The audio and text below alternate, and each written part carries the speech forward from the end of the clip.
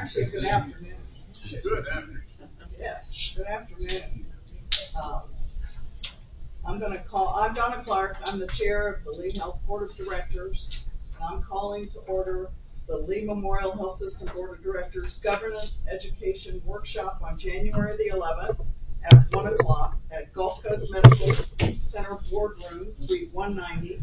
And there is a dial-in at number 415-655-0002, access code 2303-571-3124. Thank you all for being here. And Larry Antonucci was positive for COVID this morning, so he's not going to be joining us, and he will not be joining us at the Sanibel Town Hall. And Dr. Brown had emergency surgery for Lena, emergency dental surgery for Lena at 1:30, so he couldn't get back and forth from Sanibel to here, so he will not be this afternoon with us, but he will be at the board. Who's going to do the presentation tonight? Michael? Michael Myself and Chris Semino. Okay. Okay? Thank you. So we're covered for tonight. Okay. And everybody here has been at least one town hall meeting, so we're aware of the questions from the public. Generally, we heard a lot of the same ones, but every meeting was different. As you all know, the communities that you represent are very diverse, and I think it's important that we think of those questions as we educate ourselves on the possibilities of the decisions we're going to be making as we move forward with this. And today is just educational, and you can bring up those questions as we go along if they're not already answered. And again, thank you. We're going to start with Mary McGillicuddy. Thank you, Madam Chair. Welcome everybody to this afternoon's workshop. This is a continuation of the governance education that we started in November of last year. And we're happy again to have joining us today Ty Jackson and Jesse Neal from the law firm Holland & Knight to help us continue with the discussion and learn about nonprofit Florida corporations, how they're structured, and how they work, and how they're similar and how they're different from how we're structured today. We're not going to be recommending or asking you all to take any votes related to the material at this point. Remember the last time we did eventually move to the full board structure and ask for some action. We're not doing that today, so it's really purely educational with giving you the opportunity to inform yourselves, and we're helping inform the public, I think, and also Kaufman Hall as to what the structure might look like should the board move forward on its journey. So with that, I'm going to turn that over to George Knott, attorney for the board. Good morning, members of the board. I wanted to briefly discuss with you your fiduciary duties. And in fulfilling your fiduciary duties, the law recognizes that you can't be a subject matter expert on every topic, and that you, as members of the board, have the right to rely upon subject matter experts. And we have with us today Ty Jackson and Jesse Neal, both of whom are subject matter experts in the area of governance. Understandably, any reliance that a board member places on professionals has to be justified reliance. It cannot be just anybody coming down the street. You have to be properly qualified for you to rely upon that professional's advice and counsel. An inquiry, understandably, in light of that principle of law, has been made as to, well, what are the qualifications of Mr. Jackson and Mr. Neal in the area of governance. I think, based on their prior presentations, there can be no doubt that they are subject matter experts. But just for the record, just to make sure that the record is clear as to the fact that they do possess the requisite credentials to counsel and guide you with respect to governance issues. I'd like to point out that Ty Jackson has represented for his entire career private, nonprofit, medical organizations and for-profit medical organizations. As he said, from cradle to grave in all aspects of the healthcare industry. Jesse Neal is also a recognized subject matter expert, not only with respect to conversions, having overseen one of the most recent conversions in the Southeast, but also in the area of healthcare governance. He was recently recognized as such when he addressed the Governance Institute. Finally, both of these individuals are associated with the law firm of Holland & Knight, which is a leading big law Florida law firm, and with particular expertise in exempt organizations. They are supported, Jesse and Ty are supported in their representation of Lee Health by one of their partners by the name of Jason Heaven, who is a co-chair of Holland & Knight's exempt organizations practice. Mr. Heaven is also one of the leading lawyers in the state of Florida with respect to in the nonprofit arena, and is currently serving on a Florida Bar Committee, which is charged with rewriting the Florida Not-for-Profit Corporation Act, Chapter 617. So these gentlemen clearly have the qualifications needed to provide you with guidance and advice, and I have no problem as your board counsel indicated. Thank you. Thank you, George. So, thank you, Madam Chair. Thank you all again for allowing us to be here. And George, appreciate that. As mentioned, I've been working with nonprofit, both governmental and non-governmental healthcare entities for my entire career, from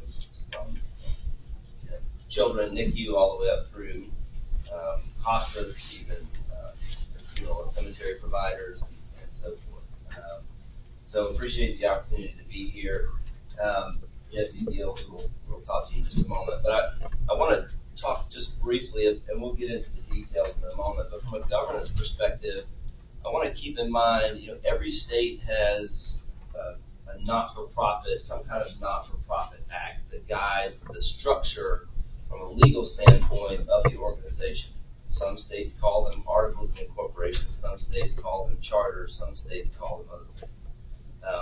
Some states call them bylaws, some states call them other things. But those are generally, one, they're not that different from one state to the other, but they're also a minimum kind of set of guidelines.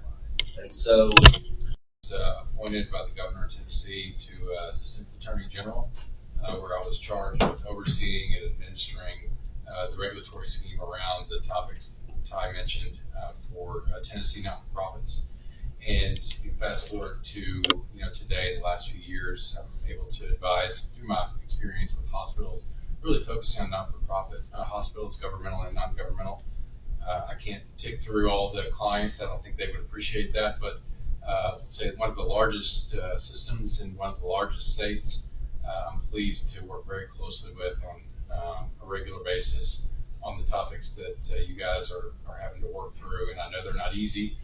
I've seen organizations struggle with the same questions, work through, and in the end of the day, kind of tailor it to their community's approach. But I've also represented a large system, not-for-profit system in Florida that, again, a lot of these issues, the concepts and names will overlap. And so I've been pleased to be exposed and share with you. I'll call it, what's market out there, not just in terms of like the competitive market, but in terms of compliance and governance. How do people skin these issues and tackle these questions? How are people doing it? What's worked? Maybe what has not worked? And I can certainly, I'm glad to share my experience on that front too. So I'm glad to answer your questions as well. But between me and Ty, the state versus the kind of the national snapshot of what other boards are doing, I'm pleased to share with you what I know, and I've spent a lot of my time working on it because I enjoy it. Thank you. Are there any questions? Yep. We appreciate that review. It's been a while, and we're used to seeing your smiling faces, but it's nice as we're coming into the preparation for the report to come out next month. It's important for us to, in our mind, understand some of that background again. So if you could go ahead and Sure. start. So the thing we want to cover today is, and we'll split it up kind of the way that I indicated, but we want to walk through kind of what are the documents that we're looking at in a Florida not-for-profit corporation. And keep in mind, you all are currently on the board of a Florida not-for-profit corporation, multiple of them. For example, Cape Memorial Hospital, Inc. is a Florida not-for-profit corporation that you serve on the board of today. And that organization has articles of incorporation that are filed with the Florida Department of State. It has bylaws. It has policies and procedures. You're obviously also the board of Lee Memorial Health System, a governmental unit. And in that role, you have enabling legislation and you have policies and procedures. And what I would posit to you is that the bucket of information that you have and that guides you as a district is similar in large respects to the bucket of information that will guide you or does guide you in a Florida not-for-profit corporation. So we want to walk through a little bit of that, and there'll be some Florida-specific stuff, but I think you'll see pretty quickly it's kind of the minimum. And what really drives the governance structure for these not-for-profit organizations, particularly ones that operate hospitals, are IRS regulations to qualify as a 501c3. Also, under IRS regulations, your Lee Health and Cape Memorial Hospital, Inc. today are classified as a public charity. If there is a conversion, the new not-for-profit Lee Health entity would also seek and want to qualify as a 501c3 and a public charity. And I don't want the word public in that to be misconstrued. Whether you're a governmental unit or a Florida not-for-profit entity, you can qualify as a public charity in the eyes of the IRS based on your operation and oversight of hospital operations. So today you're a public charity. If you convert, you'll be a public charity. And so all those regulations that govern the organization today, and keep in mind you're dual qualified today. You have both the 501c3 public charity designation. You're also a governmental unit. The difference if you convert is you no longer have the governmental unit piece to fall back on if you lost your 501c3 designation. That, your lawyers can keep you out of that mess, right? From losing that 501c3 designation. So you're doing the things you need to do, maintaining the mission, meeting those IRS regulations. So this will focus heavy and it'll cite to the Florida statutes, but once Jesse gets into his discussion about, some of the governance and accountability considerations, those are not really going to be different for you today or tomorrow if you go down that conversion trail. Madam Chair? Yes. I'm not sure if you're going to address this later in the slide deck because we didn't have a chance to go through the slide deck. I want a better understanding of a typical Florida nonprofit. I understand what they have to do at a minimum to meet the IRS regulation. The term public charity on top of the standard IRS nonprofit. Could you talk a little bit more about what that is? Yeah, and I think that's in the slides, but I think it's fine to touch on it now because I think that's important. So under the IRS regulations, and let me preface this by saying I am not a tax expert, but at Holland & Knight we have close to 2,500 attorneys at this point. We have some tax experts in the firm.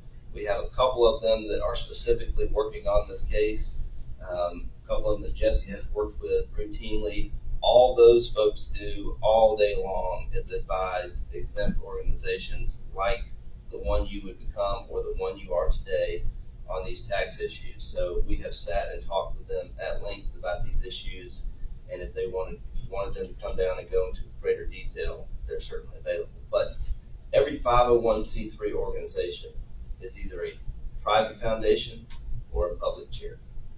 Private foundation is kind of the default, and then there are certain things, certain operations in a certain section of the tax code that say if you are involved in these kinds of activities, you can qualify as a public charity.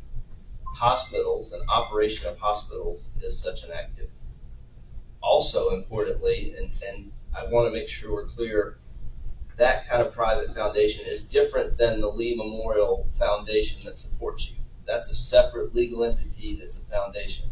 The foundation itself, because it supports an entity that qualifies as a public charity, can also qualify as a public charity. Okay, so that's kind of the framework. So because you're in the hospital space, you qualify as that public charity. There are other things that fit in that bucket too, but hospital is certainly one of the main ones. Does that answer? So what's the benefit of being a public charity versus So just a regular private nonprofit? Yep. Well, I want to be clear. Private foundation and public charity, both are designations that can be assigned to a private nonprofit entity. Okay. Both are 501c3s. So a private nonprofit, that just means that it's not a government. When I say private nonprofit, I just mean a non-governmental nonprofit, right? So a Florida not-for-profit entity that files and qualifies as a 501c3 organization will either be classified by the IRS as a private foundation, even though it's a not-for-profit entity, or a public charity. Okay. And some of the benefits, for example, private foundations have limitations on how much you can contribute and deduct in contributions to that organization. Public charities don't. And you might imagine with things like hospitals, you want to be, it's a public charity, it's a public good type situation where it's a community benefit, so we're going to allow more contributions. It's better to be a public charity from the IRS. Understood, that's what I was looking for. Okay, all right. Thank you. And you're that today. So if you were to read the determination letter for the district or the determination letter for Cape Memorial Hospital Inc., very close to the top, it'll tell you, here's your private foundation designation, and it'll list out the sections, and one of those sections is for public charities for hospitals. So I've kind of talked about what we'll go through, so I'll skip the outline. Wanted to touch off at the beginning, kind of backwards, kind of a summary of where we're going. But these slides, you may recognize these from the workshops that you've been in. I think there's one line that's been added, and we did add in the charity care line on the similarities slide the public charities designation. And so one of the things to keep in mind, and why we kind of wanted to start here, is that a lot of the things that I think you all do today, and that as the identity for Lee Health, can be exactly the same as a nonprofit entity in the future if you decided to convert. So all the things that are talked about here, including that public charity designation, that wouldn't change with a nonprofit if you decided to convert and go that route. Here are some of the differences. These would be differences. Obviously, the board members are currently elected. There'd be a different process for selecting the board members. You could set it up to where the board looks very similar to the way the board looks today, if you choose. So those are some things that we'll go through. Any Ty, there questions? are no differences on this slide from what we see in the town halls, right? The only difference on this slide is that I put in the designated public Right. charities by the IRS. Okay. I don't think this slide, Tracy, this slide's not any different. Correct. It's identical. Okay, thank you. All right. Current structure, obviously operates pursuant to enabling legislation. Some governmental systems do adopt bylaws. Some don't. You don't have to.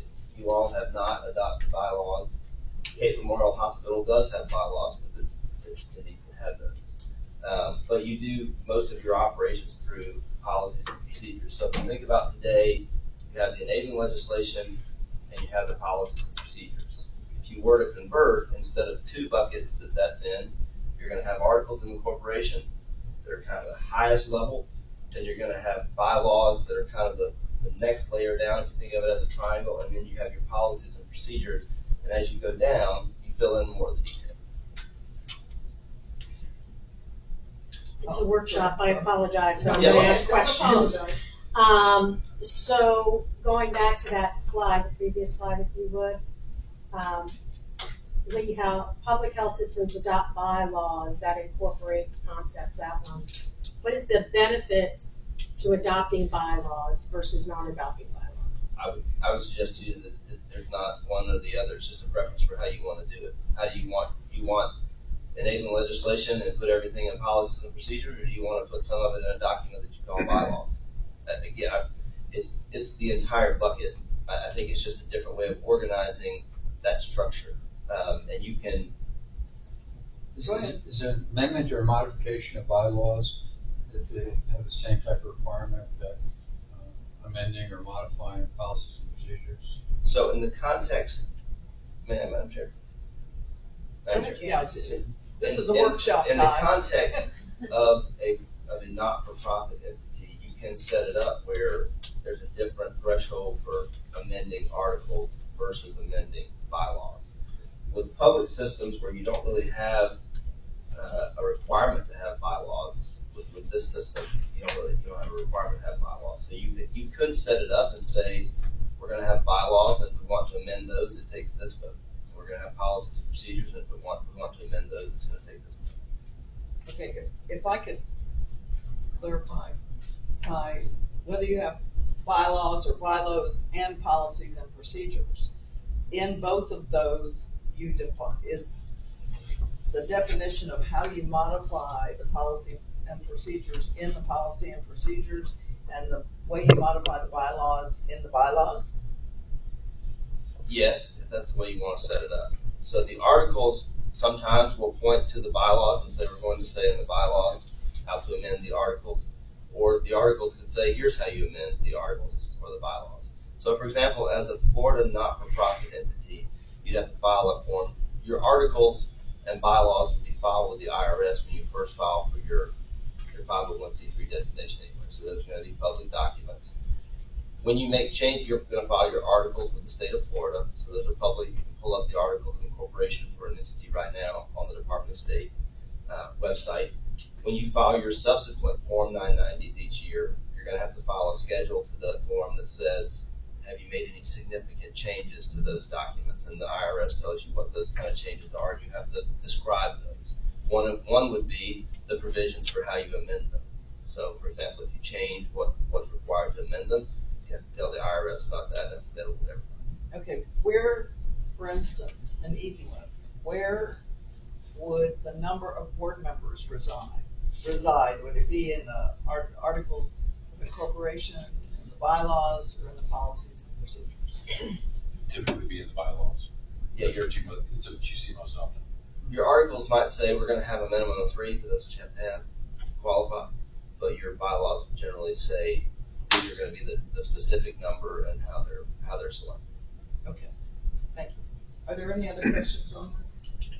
Just a comment, so on the procedure side, another question is, what procedures are going to be procedures that the board has to actually approve changes to versus procedures that are, for management Right. to update. So that'll be a question, because you are always going to, so some procedures are board level procedures and others are, well, maybe you don't need board. Yes, you would have board policies and procedures, and then each of your departments or other operations could have operational policies and procedures. But the bylaws belong to the board. Bylaws belong. Got it, thank you. We've already talked about most of this stuff. What we just talked about. Are there any questions? Diane? One of the questions that I was asked is what happens if we do convert? Can it be sold to a profit hospital system? And how do we stop it if we don't? Accountability, please. Sure, I can talk, just generally about the accountability that public charities are going to be subject to as a governmental versus a non-governmental. There's some that you call contractual. If there be a part of the legislation, there's going to be a mission agreement with the county that includes basic documentation of what has to be tracked in the legislation. But I would say most of the bodies that the hospital is accountable to today, they will be accountable to those same bodies after a conversion took place. One would be the Board of Attorney General. Another one would be the IRS. The other would be CMS, Medicare, Medicaid, conditions of participation, conditions of payment. There is a substantial disclosure obligation on the part of a public charity. It's non-governmental, and that the information that is included in that typically, I would say, is broader and deeper than what you typically would see a governmental hospital just post on its website, for example. And so it's interesting in that, in some ways, you're increasing the visibility into your finances, increasing the visibility into your operations by virtue of being a public charity that's non-governmental.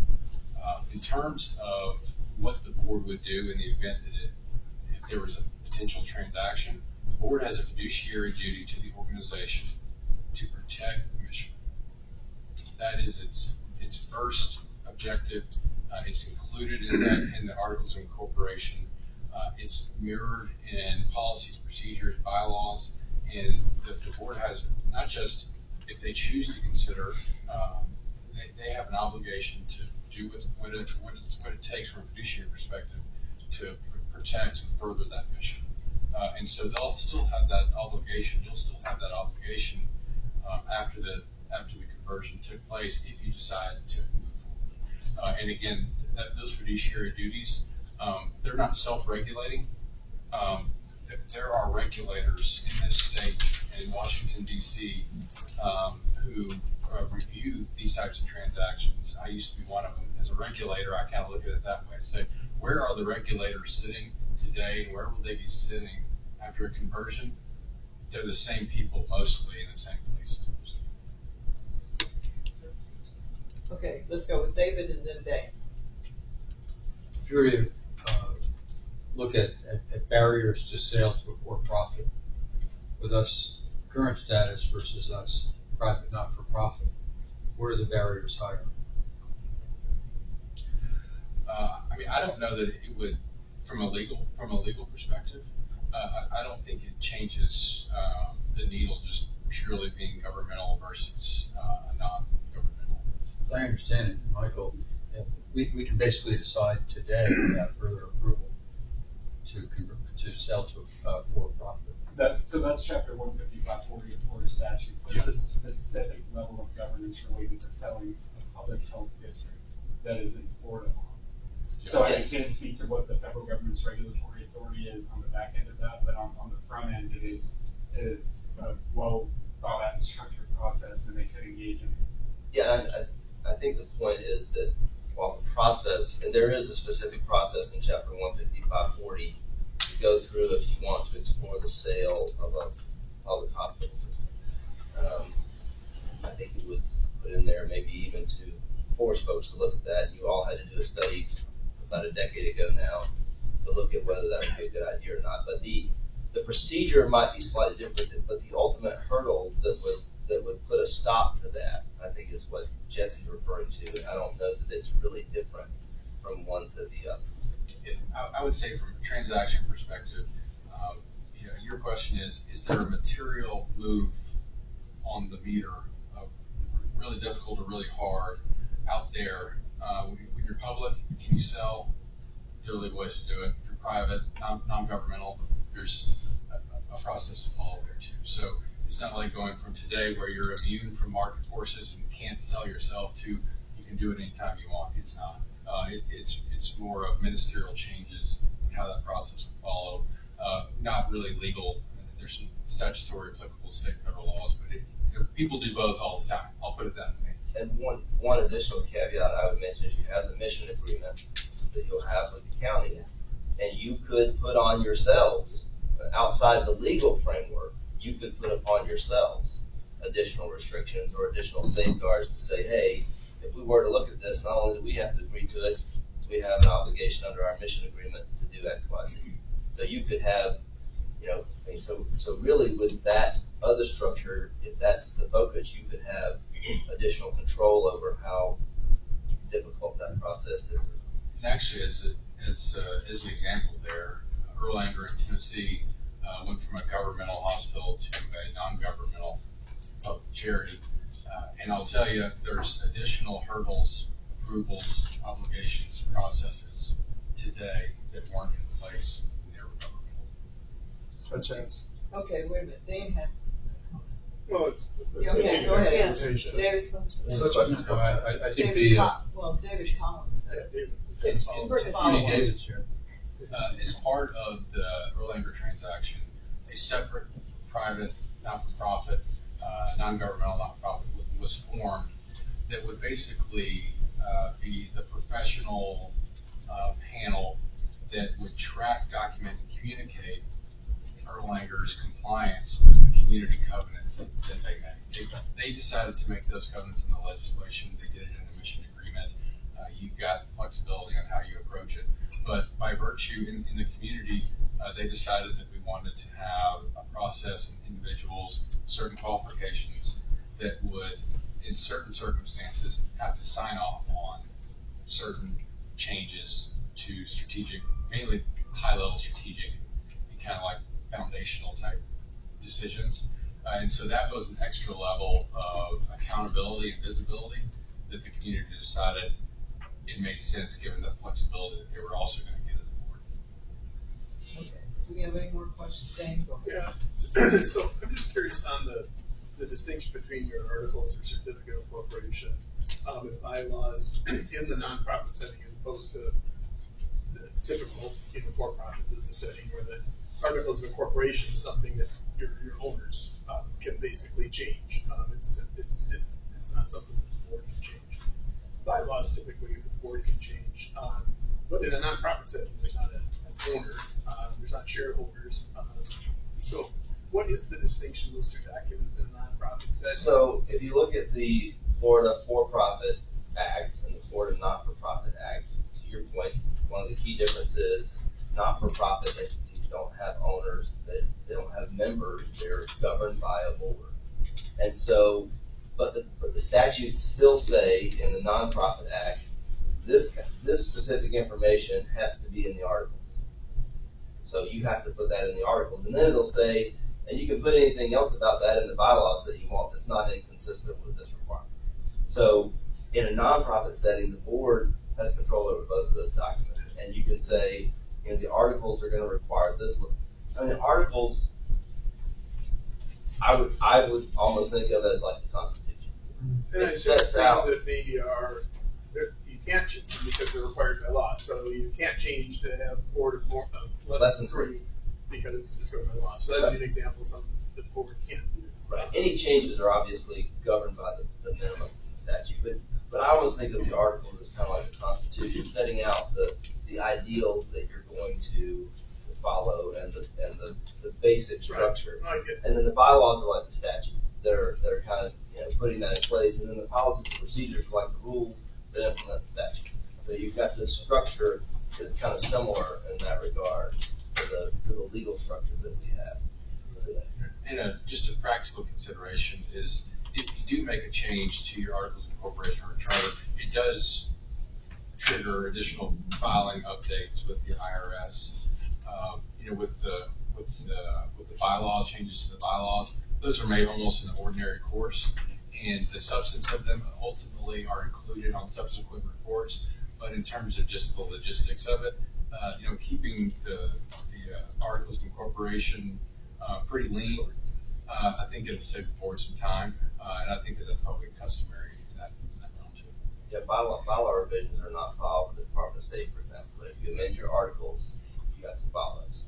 Okay, Therese had a question. So I want to follow up on both the theme that David and Diane started, but I'll dovetail off of yours just because we just finished yours, Dane. So, what I'm hearing is the articles of incorporation are the Constitution, and in a private nonprofit, the board actually still can amend the articles of incorporation. Kind of foreshadowing my next comment of Diane's, you mentioned this mission agreement with the Board of County Commissioners. If the articles of incorporation are the Constitution and the board are the decision makers over the articles of Constitution, incorporation, where does this mission agreement sit legally? Does it?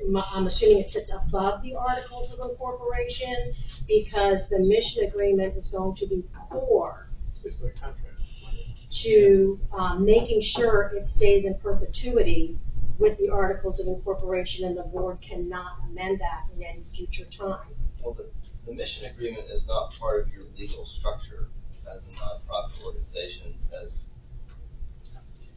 It's a contractual obligation. It's a contractual check. So your articles, your bylaws, your policies and procedures, those are the legal structure that guide the organization. The mission agreement is a separate contractual obligation. That's where Jesse was saying you could put things in that contractual agreement with the county that you can't change. So you could say in the mission agreement, for example, the mission of the organization as reflected in the articles of organization has to be X. And then if you were to change that, which you legally would have the ability to change as from a corporation standpoint, you then have breached your agreement with the county, and they would be there to enforce that and say, no, you have to change that back, or here are the consequences for violating our agreement. So follow me on this. So if it becomes a new nonprofit, 2 years from now, that current board of the new nonprofit, private nonprofit, says, we want to merge with Mayo, Cleveland Clinic, whatever. Where in the articles of incorporation does it show that that initial mission agreement with the Board of County Commission follows that in that merger or that sale 5 years from now, whatever? It's just like Dane said and like Jesse said, it's a contractual obligation. You're bound by it. It'd be as if you had a mortgage on a piece of property and you had another company purchase the system. They would have to assume that obligation. So that, I'm sorry, I'm not a lawyer, so, but I do real estate. So, and I understand we can encumber a deed to have on a deed, this property can never be used for healthcare. Like, for example, we sold the property at Coconut Point. It was a restriction, a deed restriction. So where does this restriction sit in a legal structure in this new nonprofit? Well, it was not, I mean, to George's point, a mortgage is not on the face of the deed. No, but it is, you're not going to get a title, you're not going to be able to transfer title to a new owner without it showing up because it's going to encumber the title of the property.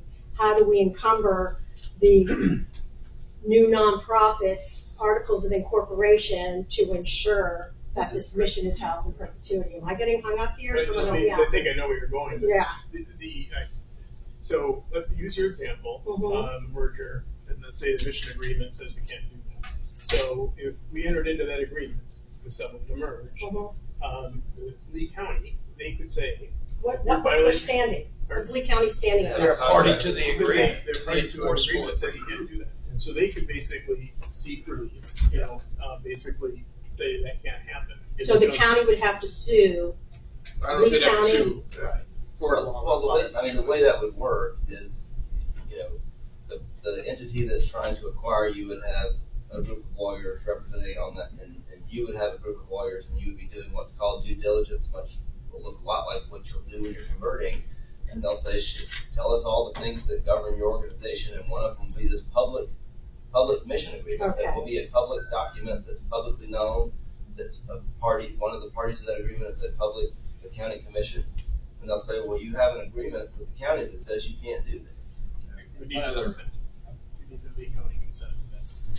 So they can't get any financing, okay, because if they want to acquire it, they need financing. They can't get a legal opinion. I mean, there's a whole series of impediments if you try to violate such an agreement and go forward with the transaction. So it's But if the county commission agreed to it, then it could happen. Sure. Yeah. Right. And a board member of a public charity, if they are attempting to take steps that are inconsistent with material contracts, that will be inconsistent with their fiduciary duties to the mission organization. And in most jurisdictions, I see that the Attorney General doesn't like that approach and would be ultimately have jurisdiction to enforce the state's rights, state's obligations, Constitution, whatever the case may be. So the board would be accountable to the Attorney General as well. Okay, George, did you want to add? Yeah, I just want to, this is kind of a side issue, but related. The Florida Not-for-Profit Corporation Act permits a not-for-profit corporation to be merged with another not-for-profit corporation. So if such a merger occurred, then the new entity would inherit the obligations of the old. The obligations of the old entity would become the obligations of the new entity, as opposed to an asset purchase or something. Right. But it may be prohibited by mission agreement. Sure, you could prohibit that. But I think that it's important to understand that all this discussion is having the assumption that that is covered by the mission agreement. We may decide that we don't want that. I mean, that's something that would be discussed, obviously, in the board. So we're making an assumption right now just for this discussion. And your example of a deed restriction, in fact, that agreement with the county commission, the mission agreement, would go with the system. In other words, it's tied, it would be like a deed restriction on everything. Yeah, it's a public disclosure. It would come through due diligence between the two. It's not technically recorded anywhere now, although maybe it would be. Maybe the county may decide to record this mission agreement, which probably would be something for us to consider, to have the mission agreement recorded with the Lee County Clerk of Courts as a document, so the public has access to what that mission agreement is, once we do figure that out. So am I also hearing that if in the future the system were to sell to a whatever, I won't be on the board, I'm sure, at that time, but whatever the future board, could they amend the mission agreement with the new board of county commissioners? So say this new 5 years from now, 4 years from now, I don't know, a year from now, I have no idea. A nonprofit wants to purchase Lee Health, and because you're saying in a merger, none of this matters, they would just absorb it. But if it was a purchase, Could it be renegotiated? could it be renegotiated with the new board of county commissioners? Or is that something we would have to put in there? We have to define. I mean, I can't think of one that doesn't. Most agreements have a clause that says the agreement can be amended by agreement of the parties. In this case, obviously, subject to the minimum requirements of the enabling legislation as to what has to be in that agreement. But yes, I would suggest that that agreement would be subject to amendment by agreement of the parties, and I would strongly caution you against having one that couldn't be amended. Because times will change, and you might need to change it. But yes, I mean, if the concern is two future boards collude to change the agreement to allow something that you wouldn't approve of today, that's a possibility. Yeah. Okay. You've been very patient, David. No, this is going off of Trez's, where she's going with all this discovery. So we're talking not-for-profit to not-for-profit. Is there an example you can give us where a for-profit would be able to change or modify or renegotiate that as well? Or is, I mean, if you were to want to merge with or be sold to a for-profit? Correct, because not-for-profit, I'm hearing is under the not-for-profit corporation laws, that can happen, and they can just adopt our resolution. But I'm talking if a for-profit, 15 years from now, a for-profit wants to buy this not-for-profit, what's the barriers, or how does that get put in? Well, again, I think those barriers would have to be built into the mission agreement, because there would be to keep the assets, for example, and you may from time to time decide to sell an asset, and that asset may be sold to a for-profit, but you could put, again, safeguards in that mission agreement that says you can't sell to a private entity without X, or if you did, here's where the money goes, right? Here's what we're gonna do with that money. We're gonna put it in trust and fund indigent care and so forth, right? And if the board felt that was a good thing 15 years from now, but was prohibited from doing it under the mission agreement, you could engage with the county commission, presumably, as long as there's not an agreement that you can't change it ever, to, explain why you want to do that, and with the county commission to agree that we need to basically change the mission and allow that to happen. But again, keep in mind that you're always bound by those, as Jesse mentioned, those fiduciary obligations, where if you're looking, I mean, we don't, unfortunately, we don't know exactly what the future holds. So 15 years from now, the best thing for the community, what if the best thing for the community is to take that money, sell to a private entity, and then invest that money in indigent care? Right.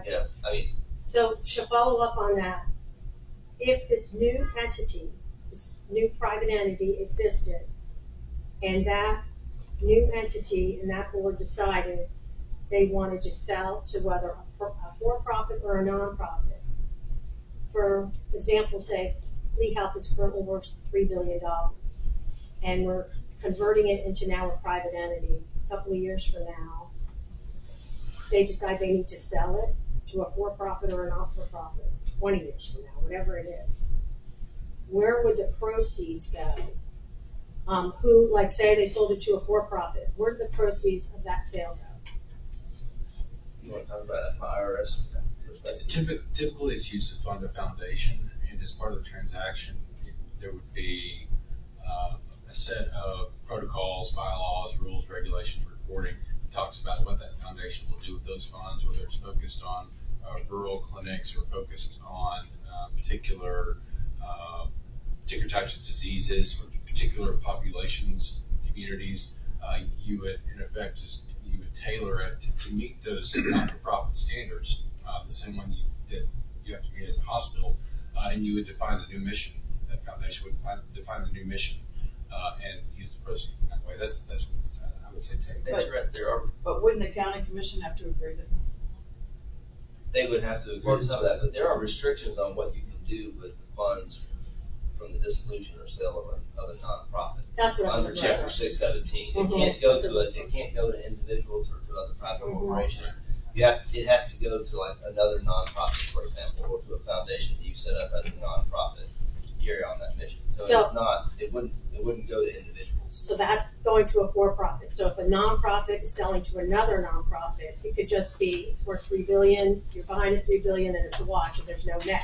Does that happen typically when one nonprofit sells to another nonprofit, or did they just take over? It's a merger. It depends on how if it's a merger, if it's an outright sale, it depends on the structure.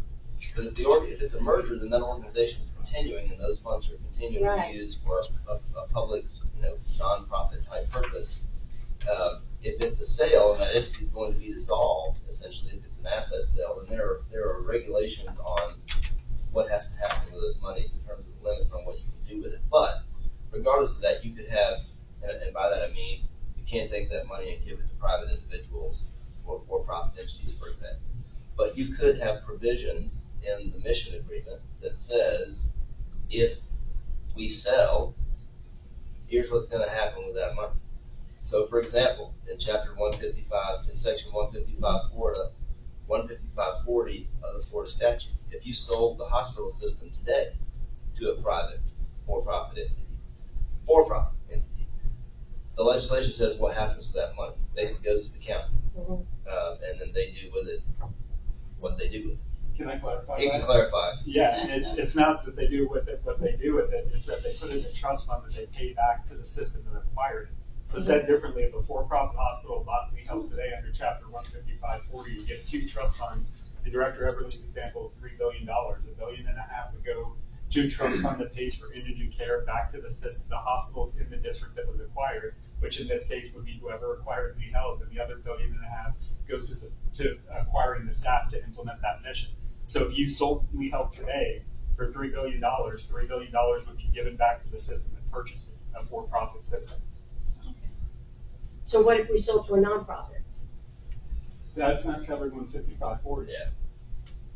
So you're not, so a nonprofit, there's no law that allows a nonprofit health They would just system get- to sell they to a get the money nonprofit too, health But system. they'll have to go through the same, I think you can Same do a thing. sale the same way, but the money would, under 15540 today, would go through that same loop.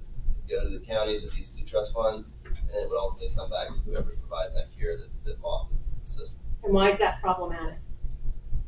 Because you're buying something and then getting all the money back. So if you don't have the mission agreement to have to require to deliver that indigent care in perpetuity, you're paying for something, you're getting the money back, you have the asset. $0 So it's just a way of dissolving it, is what really 15540 is. The It's point I would dissolving make- of the entity. The point I would make is you have, I think, a better opportunity under this conversion process with the mission agreement to direct how those funds are expended going forward on the community than what you would have under 15540. Okay, so I have to follow up on that. That doesn't make sense to me because there was a health system up in, was it Sarasota, Venice? They sold, and that's how Gulf Coast Community Foundation started. That was the Catholic hospital. Right, and so Catholic, not the- from the sale of that, they now have a very successful community foundation that funds a lot of social determinants of health. Okay, I think we're on the different page. Okay, I so wanna help go me out, back to- understand I want that. to go back to the two scenarios. So today, you're a governmental special district that operates a hospital system. There's a section in Florida law that allows for the sale of this system. Mhm. If you go through the right process, you can sell it. So let's say, let's use your number, $3 billion. You sold it, and you have a $3 billion pot of money. Half of that goes into one trust fund, half of it goes into another. As Michael described, basically you're going to take half of that and pay it to the entity in the community providing indigent care, which would be whatever entity just purchased you, Mhm. right? And then the other half of it goes to help pay for the coordination of that care, which is being done by the person who just purchased it. So you're going to get they're going to pay $3 billion, and they're essentially going to turn around and get it back, Mhm. right? As a nonprofit corporation, if you sell, take that $3 billion, you could say in your mission agreement, the proceeds of that would be used to set up a foundation, like the one you just talked about. That must have been a private nonprofit hospital. Right. Yeah. Right. Then I think that's the point that Madam Chair was making. So you would have the opportunity to say, Mhm. this is how those funds should be. They have to be used for a nonprofit purpose. Mhm. You can't give them, other than under the 15540 situation, as a nonprofit governed by 617, you wouldn't be able to do that. You'd be able to set it up how you want to go to a foundation or to a nonprofit to continue that mission. So in a mission statement, is that in perpetuity? That can't change by any entity 15, 20, 30 years from now? It's not, you can change it. Yeah. It'll be in the articles, and you can change it. And it probably, we're calling it the mission agreement because I think that's probably kind of in my mind, kind of the focus of this agreement with the county. But no, those things would be able to be changed in the future if the right votes were held to change. So what I'm hearing is, right now, Lee County government is not involved in our business and how we roll out what we do. This new model would definitely play a key role with county government on the admission agreement. So we are bringing that aspect into this new admission model, and I actually didn't understand that until today. Well, So that's interesting. so the mission, I think the concept of the mission agreement is to have a governmental entity that still has some very high level ultimate oversight as an accountability type situation. And Jessica, you talked about the way they set up a separate entity to basically have expertise to manage, in this situation, for example, if the proposal were, okay, look, county commissioners, you're not a hospital system, you don't have hospital expertise. What if we agree we're going to have a board of individuals that we set up that we're going to agree on that would have that expertise? Maybe you get someone who used to run the system and they're going to be on that board. And they're going to say, hey, we're going to have high-level oversight. You know, we think the mission should be X. Are you following that mission? But it shouldn't be getting into the day-to-day operations of healthcare. That's not. I don't think anyone envisions that being what this mission agreement is. Anyone else? Just a point of clarification on a sale under 155.40. The net proceeds would be distributed to the funds that Michael was describing. So all the debts would be resolved first. That makes much more sense, yeah. Well, when you said worth $3 billion, I assume that was the net. But yes, the net proceeds is what you would be talking about. It wouldn't be $3 billion. No, not close. Okay. All right.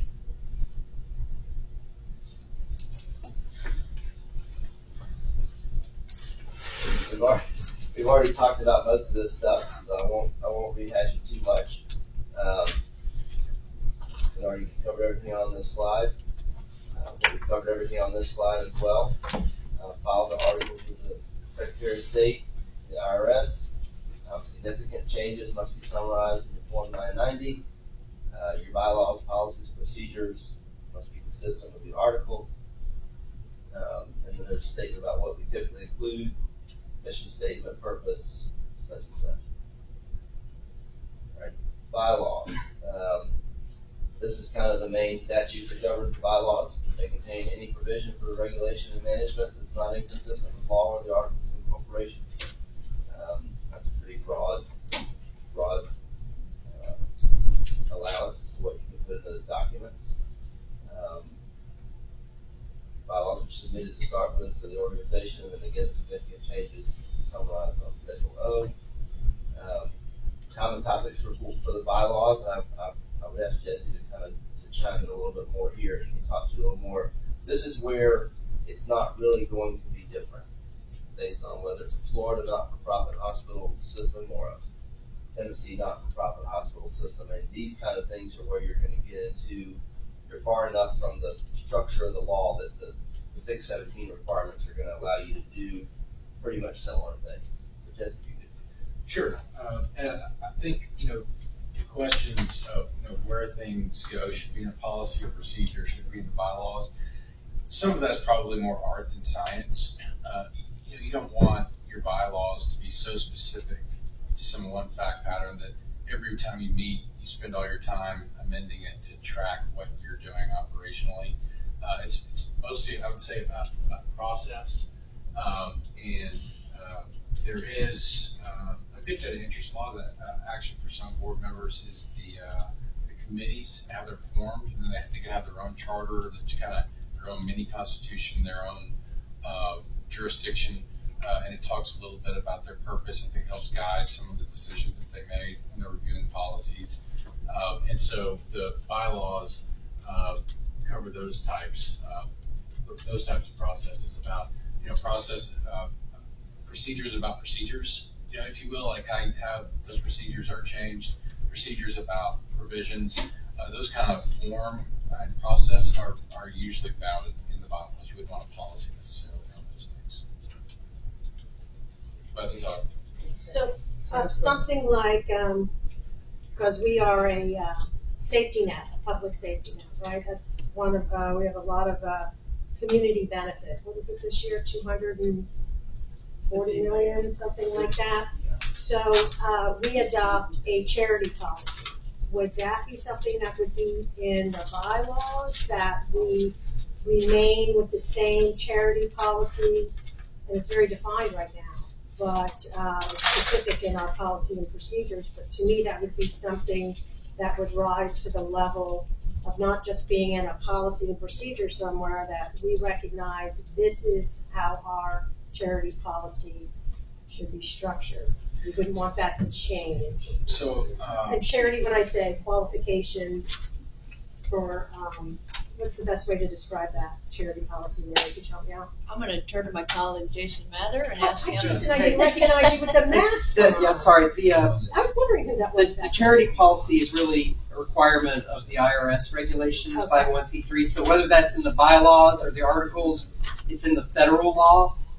as long as it's a 501c3, there will be a charity policy. So as a follow-up to that, does Lee Health meet the minimum requirements of that, or are we more generous with the charity policy? Well, we certainly meet it. I would like to think we exceed it, So that would be something I would be interested in understanding in the evaluation when it comes back. I'd like to know what our charity policy is and to ensure that continues in that. Yeah, the 501c3 that would survive a conversion would still have to have a charity policy, absolutely. And couldn't the 501(c)(3) be modified by Congress?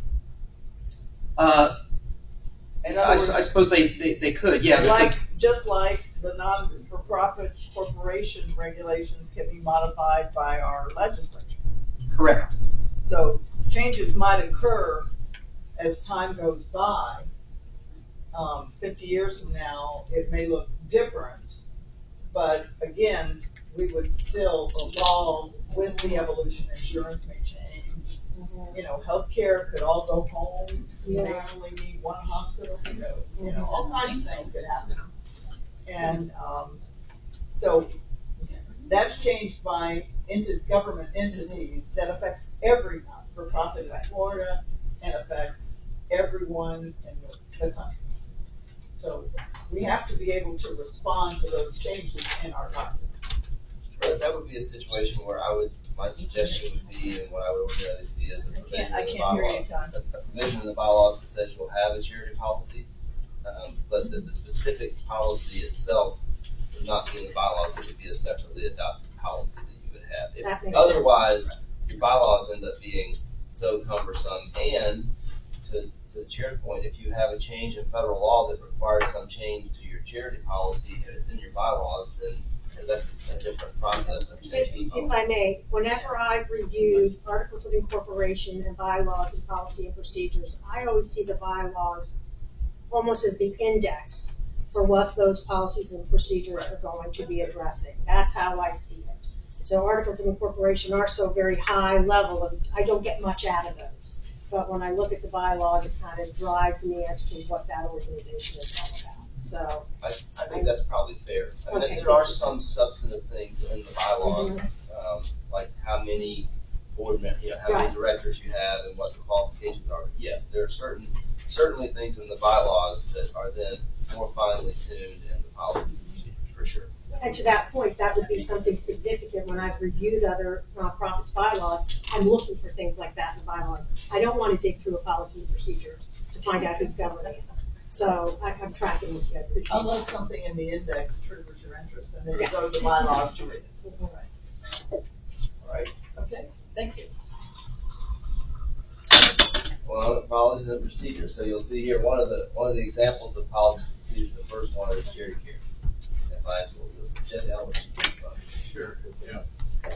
In general, like the Constitution, there sets out broad parameters and it has to be consistent with the Articles of Incorporation and the bylaws. And the policies and procedures, Jane's right that there are governance procedures that talk about and flesh out in more detail and extend out some of the provisions of bylaws. Conflict of interest, for example, needs some material treatment in the bylaws, but also gets nuanced in terms of you disclose by this date each year the potential conflict. You find what a conflict is.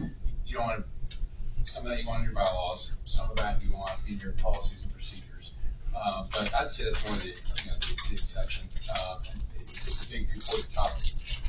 But in policies and procedures, this is what you typically see at the hospital, and they maybe get reviewed ongoing by management, general counsel. You want him to track what's the latest case law on whistleblowers, and are we tackling and mitigating the risk that we need to? So it's an important tool in that regard.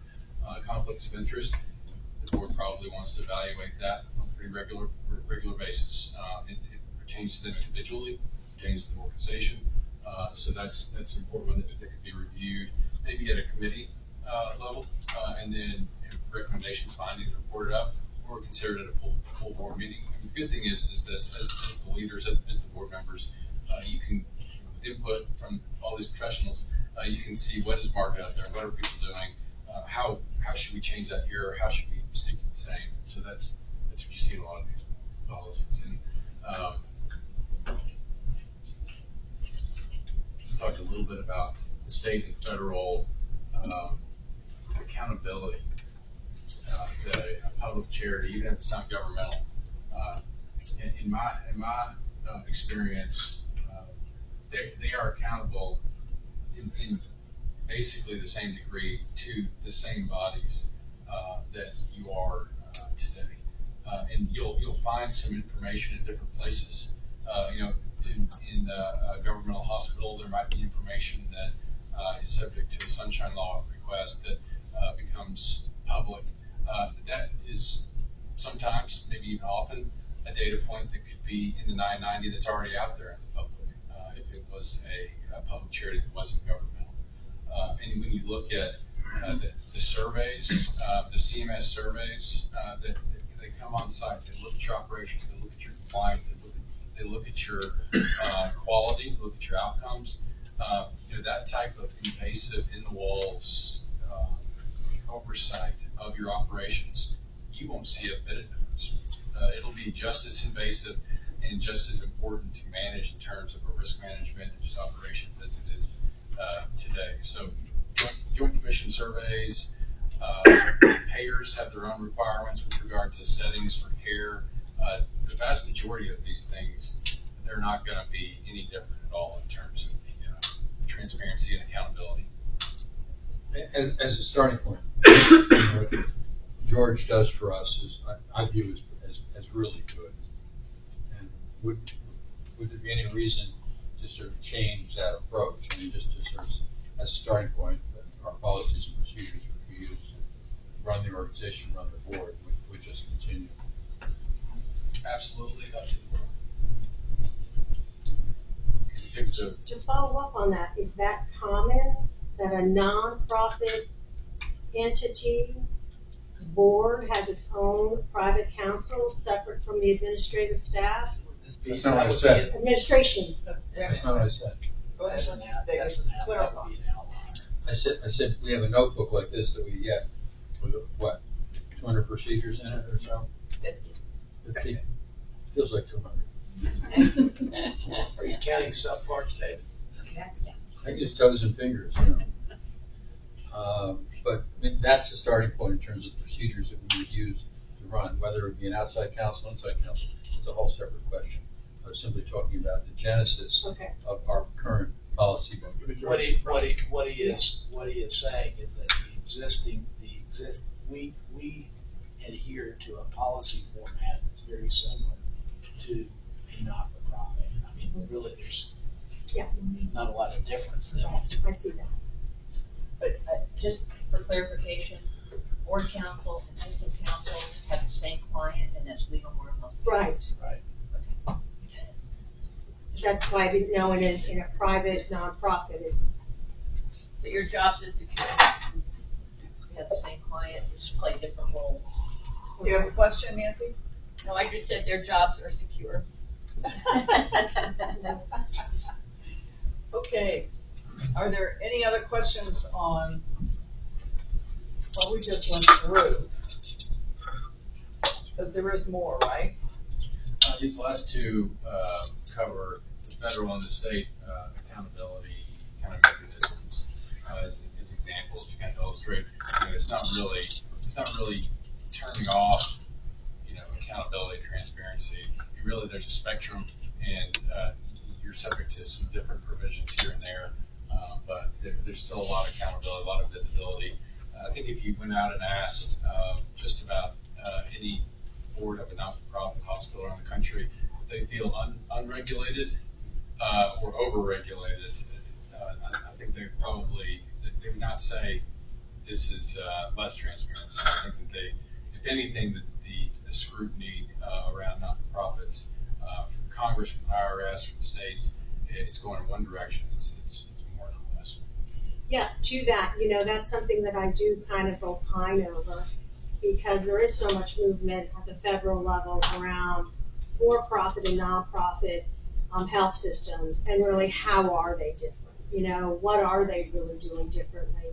And I'm hearing that there's, I just get the listserv from like Modern Health and the various Beckers that I read. And really the old conversation about is nonprofit really doing what nonprofits came up in a meeting last night where somebody in the community says, a nonprofit health system actually demonstrated that it increased administrative costs. Yes, when they got those benefits, it went back into like the hospital system, not the social determinants of health, driving down disparities in healthcare. And so there was some discussion around that, and I'm sure the federal government, Congress is looking at that. So in a way, what we currently have is kind of a unique hybrid. So I'm trying to still justify giving up that, what we have in this very unique model as a public entity, the largest health system with our structure in the country. So that I do struggle a bit with. So, but I'll get there through the evaluation process. Two things. One request, if I may, in our town halls, there's been discussion around the fact that Lee Health does not have taxing authority. And in order for us to have taxing authority, we would have to go to Florida legislature to get our enabling legislation amended, and then we'd have to get the voters to pass that, right? So that's two big hurdles. Under the new nonprofit status, private nonprofit status, we again would not have taxing authority. However, in two of the different town hall meetings, it was brought up that as a private nonprofit, Larry mentioned that there could be an ability to get tax revenue into Lee County through a similar process that it's Palm Beach County has. Could you explain that a little bit? Yeah, any county that has a indigent care tax, the county itself is elected to either give it to any of the hospitals in the county. That's what he's referring to in response to the question. So could you talk to us about the one that was the example Larry spoke of? Is it Palm Beach Gardens?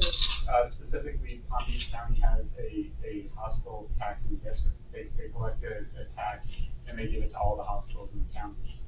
It's the authority, it doesn't run hospitals, it just collects a tax and gives it to all the hospitals in the county. Whether they're profit or not for profit. Correct, and it's an indigent care tax. They even give it to for-profits? Yes, anyone who's delivering care in the county receives it. How many do we have in the state of Florida? Do you have any idea? I don't mean to put you on the spot. No, I mean, there of the 28 independent special hospital districts in the state of Florida, the majority of them no longer run hospitals. They're taxing authorities.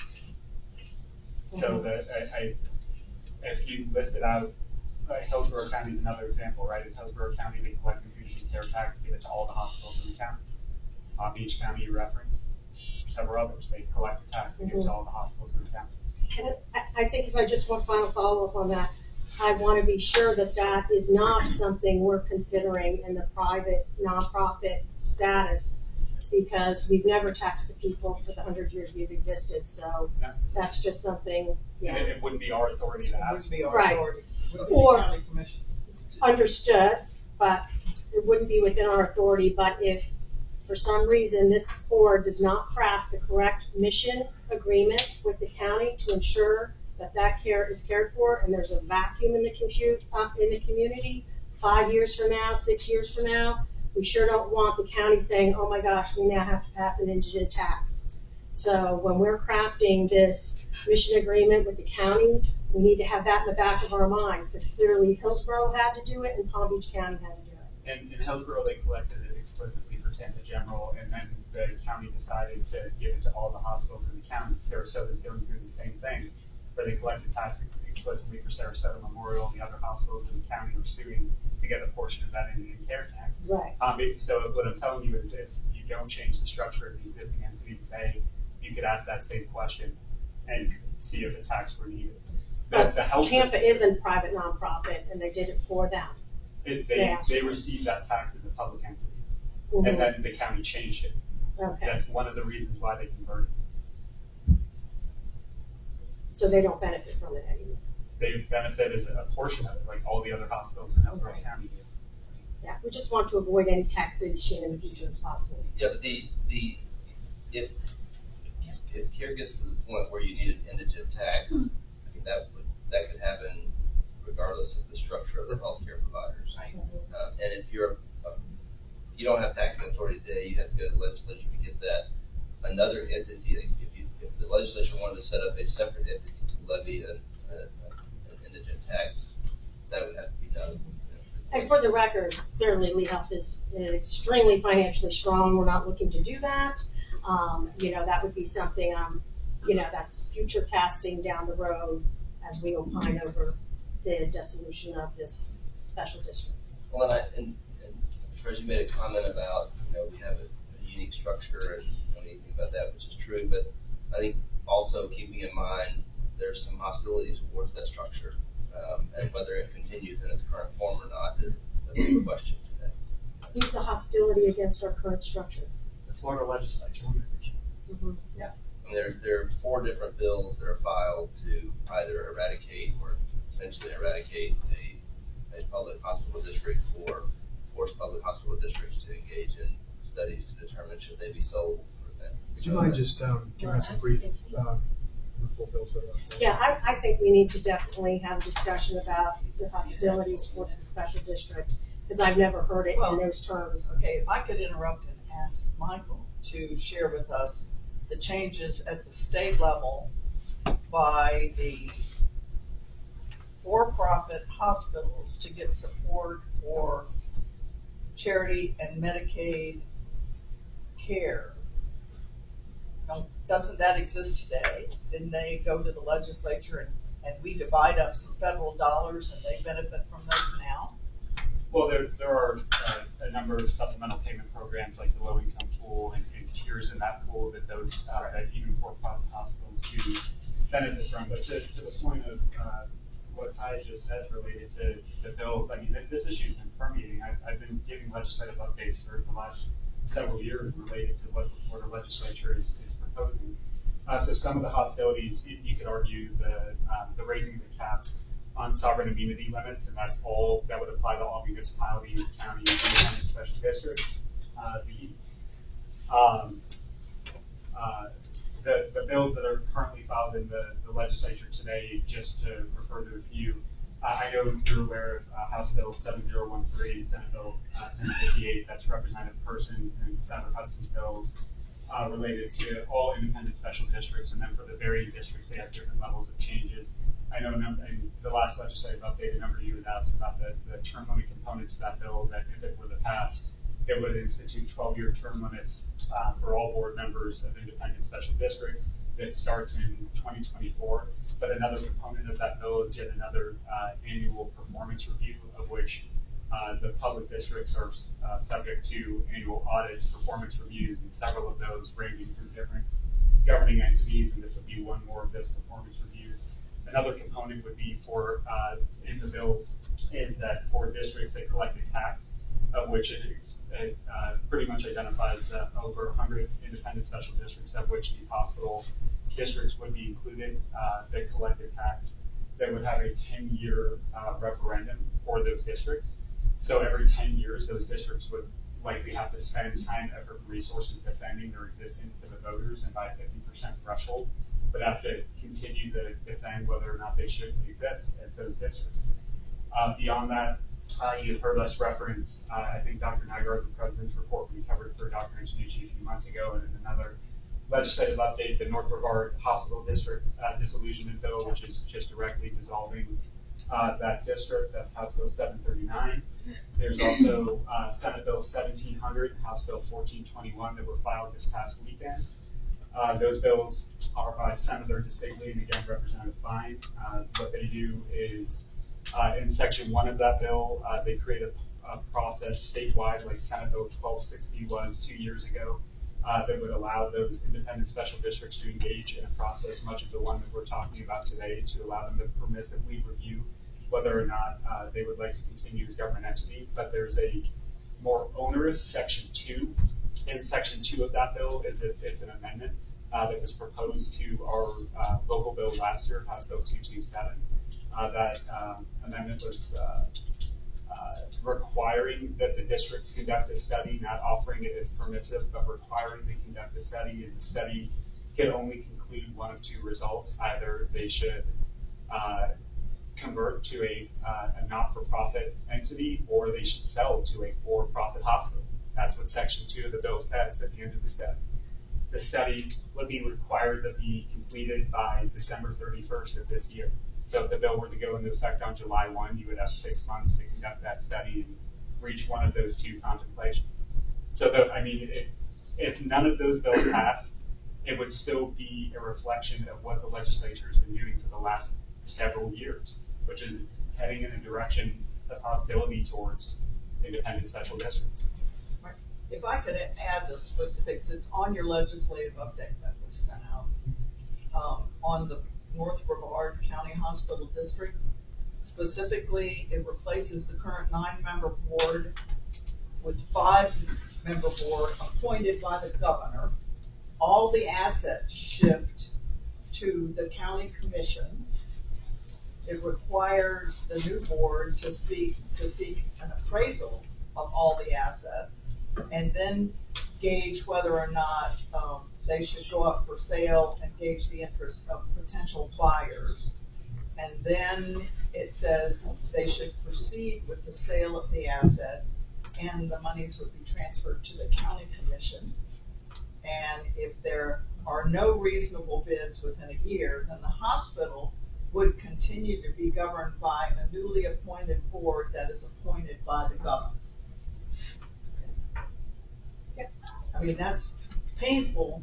It doesn't protect our mission here in Lee County if they decide to do something. If we convert it to a private entity, what legislative authority would there be to make changes with regard to that sort of? They would have to change the general Florida not-for-profit statute to be able to impact it. It would be governed by the board of directors and covenants with the county commission, and then they would have to change broad statewide law rather than being able to target anything. We would be protected to that level. Yeah, I think it's important to look at the history of the structure that the public hospitals are operating under. The model started in the 1920s, and you saw public hospitals created for several decades through the 1960s. There might have been one in the 70s, and you haven't seen it since. So at some point there were, Michael, how many? Over 80. Over 80 public hospitals. And that was a decision by the Florida legislature at the time that said we're going to use this model to deliver indigent care to the citizens throughout the state of Florida. And as we know, most of those public health systems or hospitals were given taxing authority to fund it. So the local communities were funding the delivery of care to the community. We were in a unique position that we don't have the taxing authority. We've been, I think we should be proud of our history of being able to deliver the care we have to our community without having taxing authority. So I think what's happened is, as so many of the public hospitals have not succeeded and they have dissolved over the years. We're left with less than, we're about 25, and most of those are just collecting taxes at this point. I don't think it's unreasonable for the state policymakers to be looking at what is the best model for delivering health care to our communities. Some of them present their ideas that may seem hostile, and they probably are fairly characterized as that, but I think there's a lot of folks that would be looking at the bigger picture from a state policy perspective. It's healthcare policy. How do we deliver healthcare to our communities? So we're in the middle of a shift away from a special district. We're unique in being a special district that delivers healthcare. We're unique in that we don't have taxing authority to do that. So I think if you look at just the broader picture, we're utilizing a model that was created many, many years ago. One could argue that the certificate of need insulated our ability to not tax over these 100 years too. Absolutely. So that's a huge dynamic. Through the town halls that Dr. Antonucci is sharing with that was a game changer because it protected all safety net organizations in a way, because the hospitals that were a for-profit can come into any county now, come into Lee, with the specific purpose of delivering very specialized care that are the high margins, are the ones that drive dollars through that model to a shareholder. But it then is taking the funds that we use to fund our public mission, and our charitable mission takes that away from us. So how long would we survive as an organization without that? So, I mean, that's why we all need to, this is such an important topic for our community. You all have embarked on a very important evaluation for our community, and I applaud you for doing that. It's not going to be easy. We're still at the very beginning stages of it. But at its core, the legislature, what started this discussion was the legislature has moved away from the model that we're using. And they will, it's predictable that they will continue, whether it's hostility behind it or whether it's really a genuine need from their perspective to shift how care is being delivered. It is changing. And if I could point out that we're all aware of is healthcare, the healthcare model has changed. It's not just going to the emergency room and the hospital. In fact, most of my friends don't want to go there. They want to get their tests in their community. They want to get their knee surgery around the corner. They want to be taken care of at home. So this is what the legislature, if you look at the taxing commitment at the state and federal level, it actually reinforces in many ways the hospital approach. And if you look at, as we attempt from the federal level being pushed into value-based care, it gets into community-based care, and the hospitals are just the acute care part of the whole continuum. So we all know this is changing, and the legislatures are just looking at the tax aspects of it all. And in taking care of the indigent, we all know that even low income, everybody needs to be educated. We don't get a lot of federal dollars to do that. We don't get a lot of state dollars to do that. We do get some. But most of the reimbursements for DRGs support our hospitals. We get more money if something is connected to a hospital campus as opposed to 2 blocks from where your best friend lives. So this is why we haven't thought about totally moving, but as a board for the last 3 years, we've talked about the A word, access, and the public wants access to health care in their communities. Right, Diane? For sure. Yep. Yep. And so I think I can appreciate why the legislature is moving in this direction, and they've waited so long to even do it. So I commend all of you for taking the time and energy and effort to at least evaluate where we are and ensure that we will have care for the whole county. And that's what we're looking at. David? I think Mary's comment is a very, very important comment. Yes. That what happened certificate of need, the repeal of certificate of need, basically it took away the ability for hospitals to have a hidden tax. It took away the ability of hospitals that dominated their markets. The antitrust lawyers go nuts with that word, but dominated their markets, to allow the commercial patients to be charged a little more. And the subsidies that flowed from the commercial payment patients allowed the hospitals to be mission supportive. And that, of course, has left the barn. I mean, we don't have a choice. That the margins that were associated with charging private pay patients more than they would get in a competitive market, I mean, that's done. And just for clarification, the domination of the market has been that we've had for all these years, for over 100 years, is the uncompensated care market. That's right. There is no competition for that. But that's my point, Mary, and I thought you said it well, that the certificate of need, they have to come to our hospital, and then we can charge, the Medicare patients get charged $100 and the private patients get $125. And that difference is what It's creates fine. margin, which takes care of the uncompensated. One certificate of need goes away, we will over time lose that $25. That's right.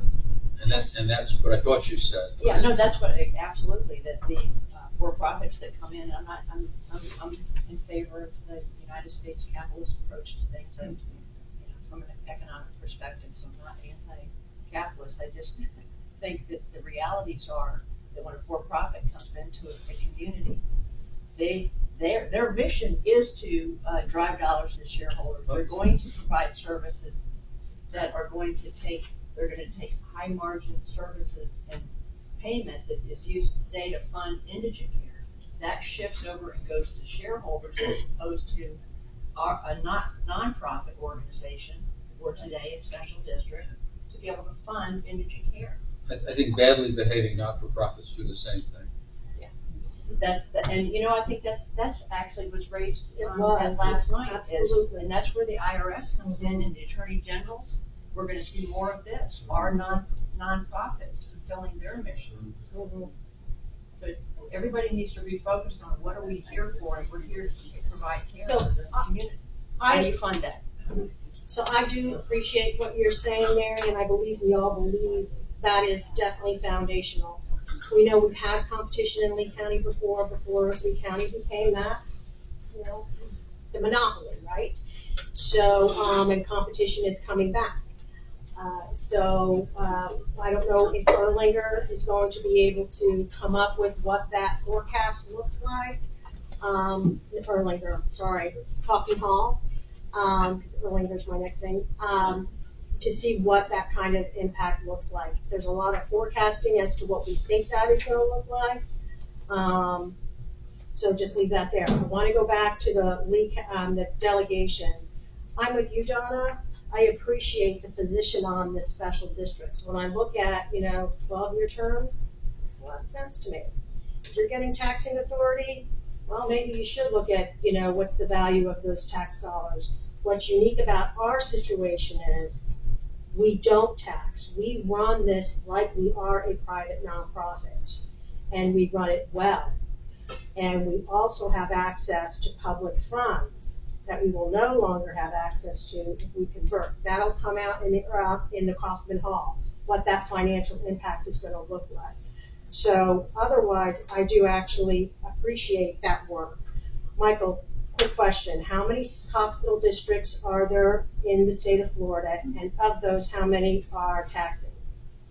There are 26 to 28. There's been some back and forth on that between the staff and the analyses, but 26 to 28 districts. I'm trying to think of how many don't tax. The overwhelming majority do. Most have taxing authority. They don't all tax. Right. So there are a few that have taxing authority that don't exercise. So if I was They sitting, did, but over time they.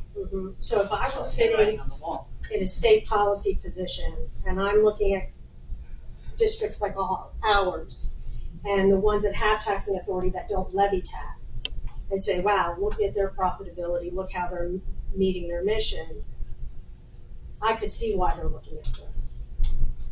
I know you and I don't agree on that, but I can see that that is why they're doing that. And I cannot just stress enough how proud I am of how the Lee Health team has worked under our current model and been able to grow and meet the mission we currently have. I do have a request for the Kaufman Hall evaluation. In several of our town hall meetings, it has come up about the Erlanger model. And Jesse, you've been involved in that one, right? You counsel on that conversion in Tennessee. And in that, they started a 501c3 as an oversight committee. Correct me if I'm wrong, is that correct? It's not. It's a 501c4. Okay. And it was a creature of statute, a creature of contract between the hospital and the county. And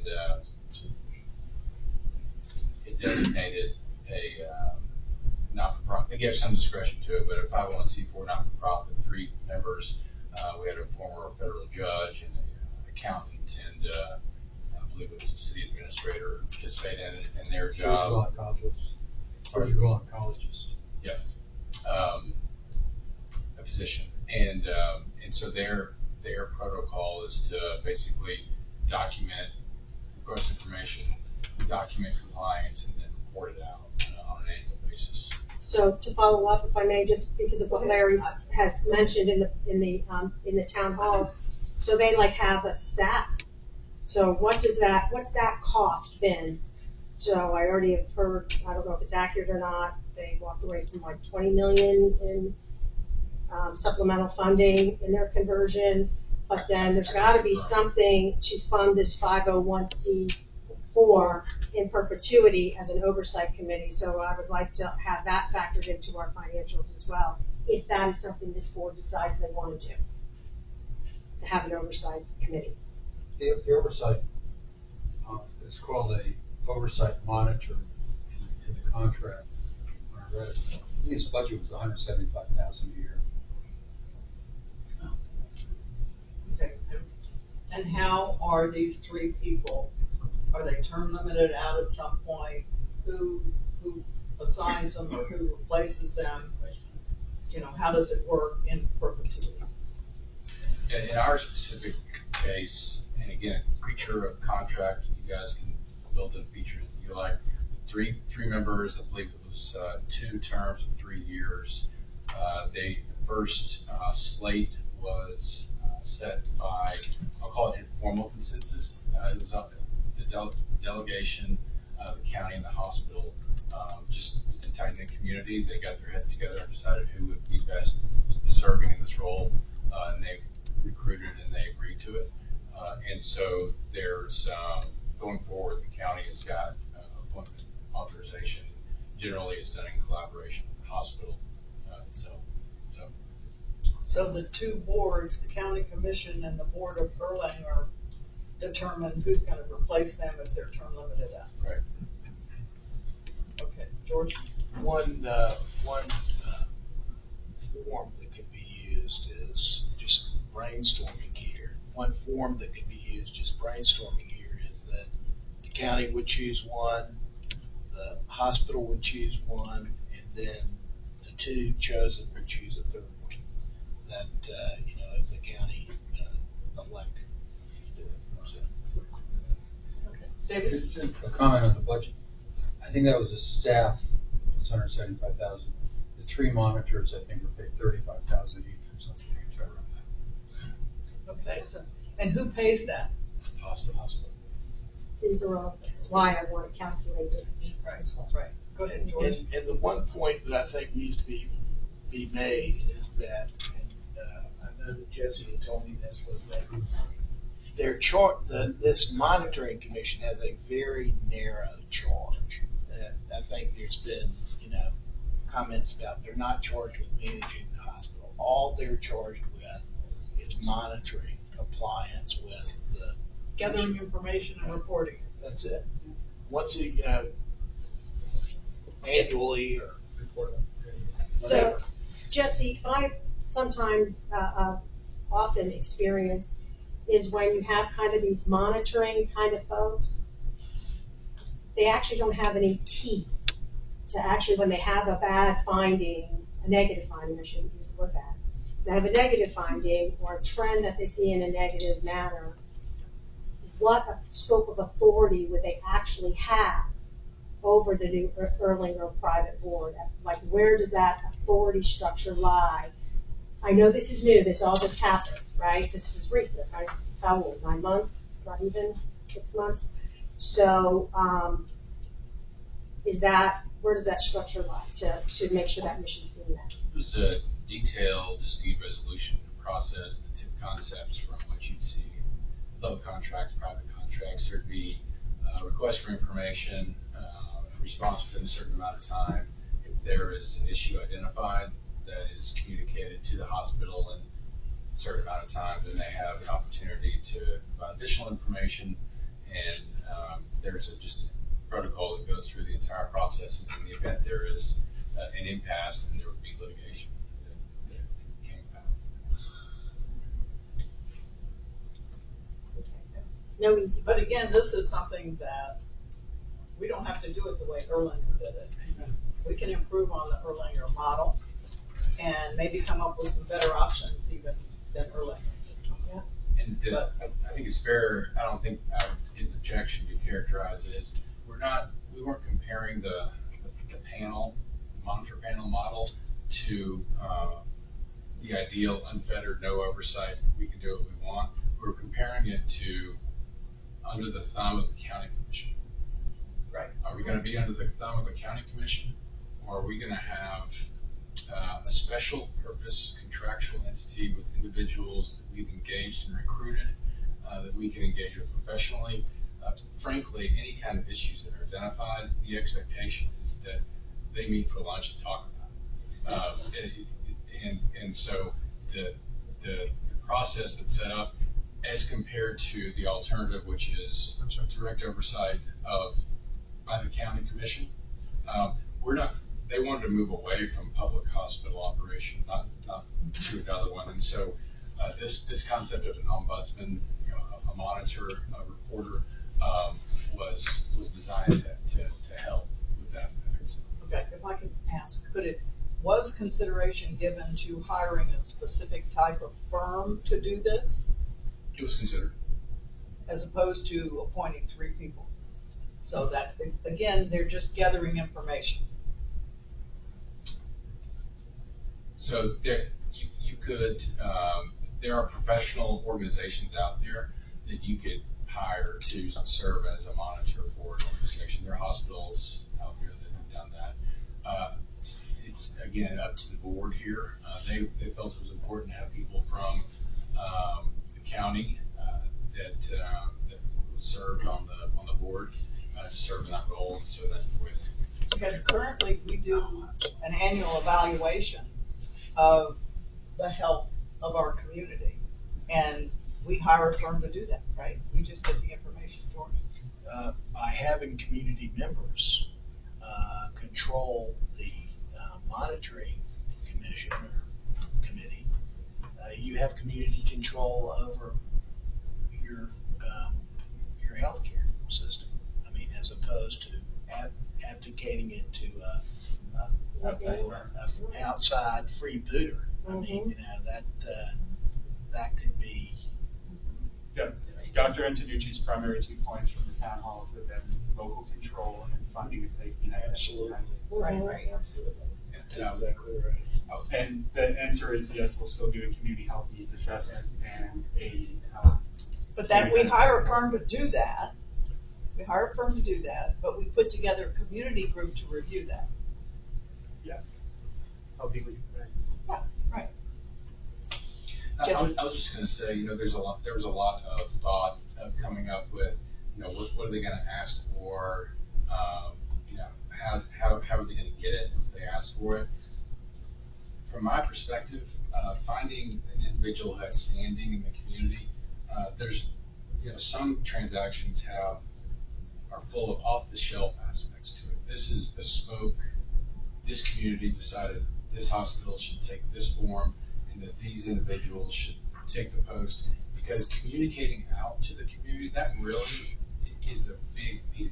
They're called monitors, but telling the community we have an issue, we've resolved it, having the credibility to say there was a story that ran, it's not an issue. It's consistent with the mission agreement, and so we're resolving the matter. We found there's a lot of value in having individuals with that kind of standing and voice that really had a track record in the community. So for whatever it's worth for your consumption, the communicating it out about it is something that we didn't think about it until we started thinking about it a lot. And the words you use and the concepts that you put out there, that to me is probably the big ticket item that those individuals do, and there's really no playbook for it. So that's good insight. Dave, and then Nancy. It's more of a comment, I think, although that's one's a comment, one's a question. So we are getting into the weeds here on stuff that I think I just want to make it clear that we're talking really about the stuff that would be occurring in phase 3 if we get there. I think it's helpful to have the general understanding, but I do feel like we're deviating a little from the agenda of the overall, understanding nonprofit law. So consider whether we want to get back on that. The question actually is, we keep talking about Erlanger, and I'm sure that each of these hospitals that have gone through this process have all have different circumstances, whether it's the nature of the community they're in, whether it's how they're born, are they elected or are they appointed. So it's going to be important to have more than Erlanger for us to talk about and look at. It'll be real important to me to understand, population conversions and ones that didn't make it and why they didn't make it. So as a board member, that'll be real important because we're kind of like really delving into and learn about Erlanger, which I think is important. But we're going to need more. For what it's worth, I think from a fiduciary perspective, the board, I think it's important that you consider a range of case studies because each of these are narrowly tailored to the community, to the state, to the region, to population trends, business investment. You've seen one, and so having done worked on some in other states, big states, small states, elected boards, non-elected boards. I think it's really critical that you guys get some feedback on some case studies. Right. Will we get that from you? I'm glad to prepare that. That's what the board. Yeah. And in that regard, I think I just wanted to be clear when I say we're getting ahead. I don't mean that in the sense that this is important for us to be constant learning through this process, so that we don't wait until we're in phase 3 if we get there. And for 120 days, that's going to go fast. So it is important that we're learning these types of things. Thank you for that insight, Dan. Diane? Excuse me, not Diane. Nancy. Diane was looking at me, Nancy was. In reference to the monitors and having local individuals, I think that should we go that route is very important because those people live here in the community. They're invested. This is their hospital, so they're going to have far more interest in watching this hospital to do the right thing and to be able to do a good oversight for us, rather than someone from outside that really doesn't know us. Right. And if I could make a comment that goes back to the legislative approach, we still talk about it as a hospital. The public thinks of us as a healthcare system, and they want more of us in their community. So what we're talking about is a hospital system that includes community care. Go ahead. I was just going to say one thought that I had when we were talking. When you've got the individuals there who are going to serve in this monitor panel, they've got their mission too. They're a nonprofit. They're subject to regulations. They have a mission, and the mission in our circumstance, it's not any other than Erlanger's. Their mission is not to regulate. The mission is really the same mission that the hospital system has, which is to make sure that Erlanger is a strong system that can maintain and support its mission in the future. It's not the tail wagging the dog, where we're here to see what we can find out. Their goal, if there is an issue, is to solve it. And it's important. They have to have, from a fiduciary perspective, they have their obligations too. And their mission that they have to be faithful to is that the hospital system remains strong and growing in a way that is appropriate for the market. So it shouldn't be the other way around. But I thought I'd share that if it's helpful. Do you know what Tampa General? I do have information on that. Okay, maybe you could include that with some other options, just so understanding it was done a long time ago. Right. And the options were different there. Diane? Has anybody ever reversed instead of going forward like the reconstruction, if they reversed it back? So what I typically see is comparable to what we've got here, which is you started off as a private not-for-profit, and then policy changes, other macroeconomic issues came through, and there were good reasons to move into a governmental status. And healthcare didn't stay the same; it changed, and so by far, the trend is for the reverse, to go back to being a not-for-profit. Erlanger started off as a private, not-for-profit, public charity, and converted under its Enabling Act, and now converted back, and that's almost all. Is there many that do that? Any big systems? That convert. Convert back again? Has anybody gone back to government, not-for-profit? No. I'm not aware of any. What you typically see is what you see here is where a hospital is a private, not-for-profit. They become governmental, and in today's operating environment, they decide they want to go toe-to-toe with their competition, who are not-for-profits, and so they go back to being private, so they can kind of protect and secure the mission. That's what I see. David Collins? Which begs the question, could a system at this point go governmental in the state of Florida? I'm sorry. Could a system go governmental, not-for-profit system go governmental if they chose to now? And how would that look? I mean, could they, if it would be a construct of law, right? Like, it'd have to go back to the legislature, as we discussed earlier, in a policy world where it doesn't seem to be the trend. And would be an interesting question too. But I think early on in this process, Kaufman Hall had showed you all as one of their slides kind of a national trend of how many hospitals are private for-profit, private not-for-profit, governmental, and where the majority of them were in that state, and kind of some of the trends we're seeing. So I'd expect that we'll see more of that data as we look at other case studies and what's happening recently and what those trends look like. Yeah, in our report. And, Yes. and I think the sooner we can get those case studies, the better it will be for us, unless you feel like we need to wait until you have the home evaluation. Is that? They're not responsible for the evaluation, to be clear. That's Kaufman Hall. They're advising in this process. But so that'll be supplemental work, and we'll figure out a timeline. Okay. Right. They'll work with Kaufman Hall, make sure we get it all. Okay. But I think we're doing a good job of at least shaking out what potentially we're going to have to look at, and I think that was the purpose of today, to make sure we understood the things that we will have to be looking at. Madam Chair, go ahead. Just to follow up on Kathy's point, I think that the need is kind of urgent. I mean, I don't want to put too much sense of urgency on you, but we need probably a pretty quick turnaround on that, because I think what I'm hearing Kathy say is that she wants to consider that when she goes to the next phase, so the next gate that she has. So we've got a very aggressive timeline, one that caused me concern from the get-go, okay?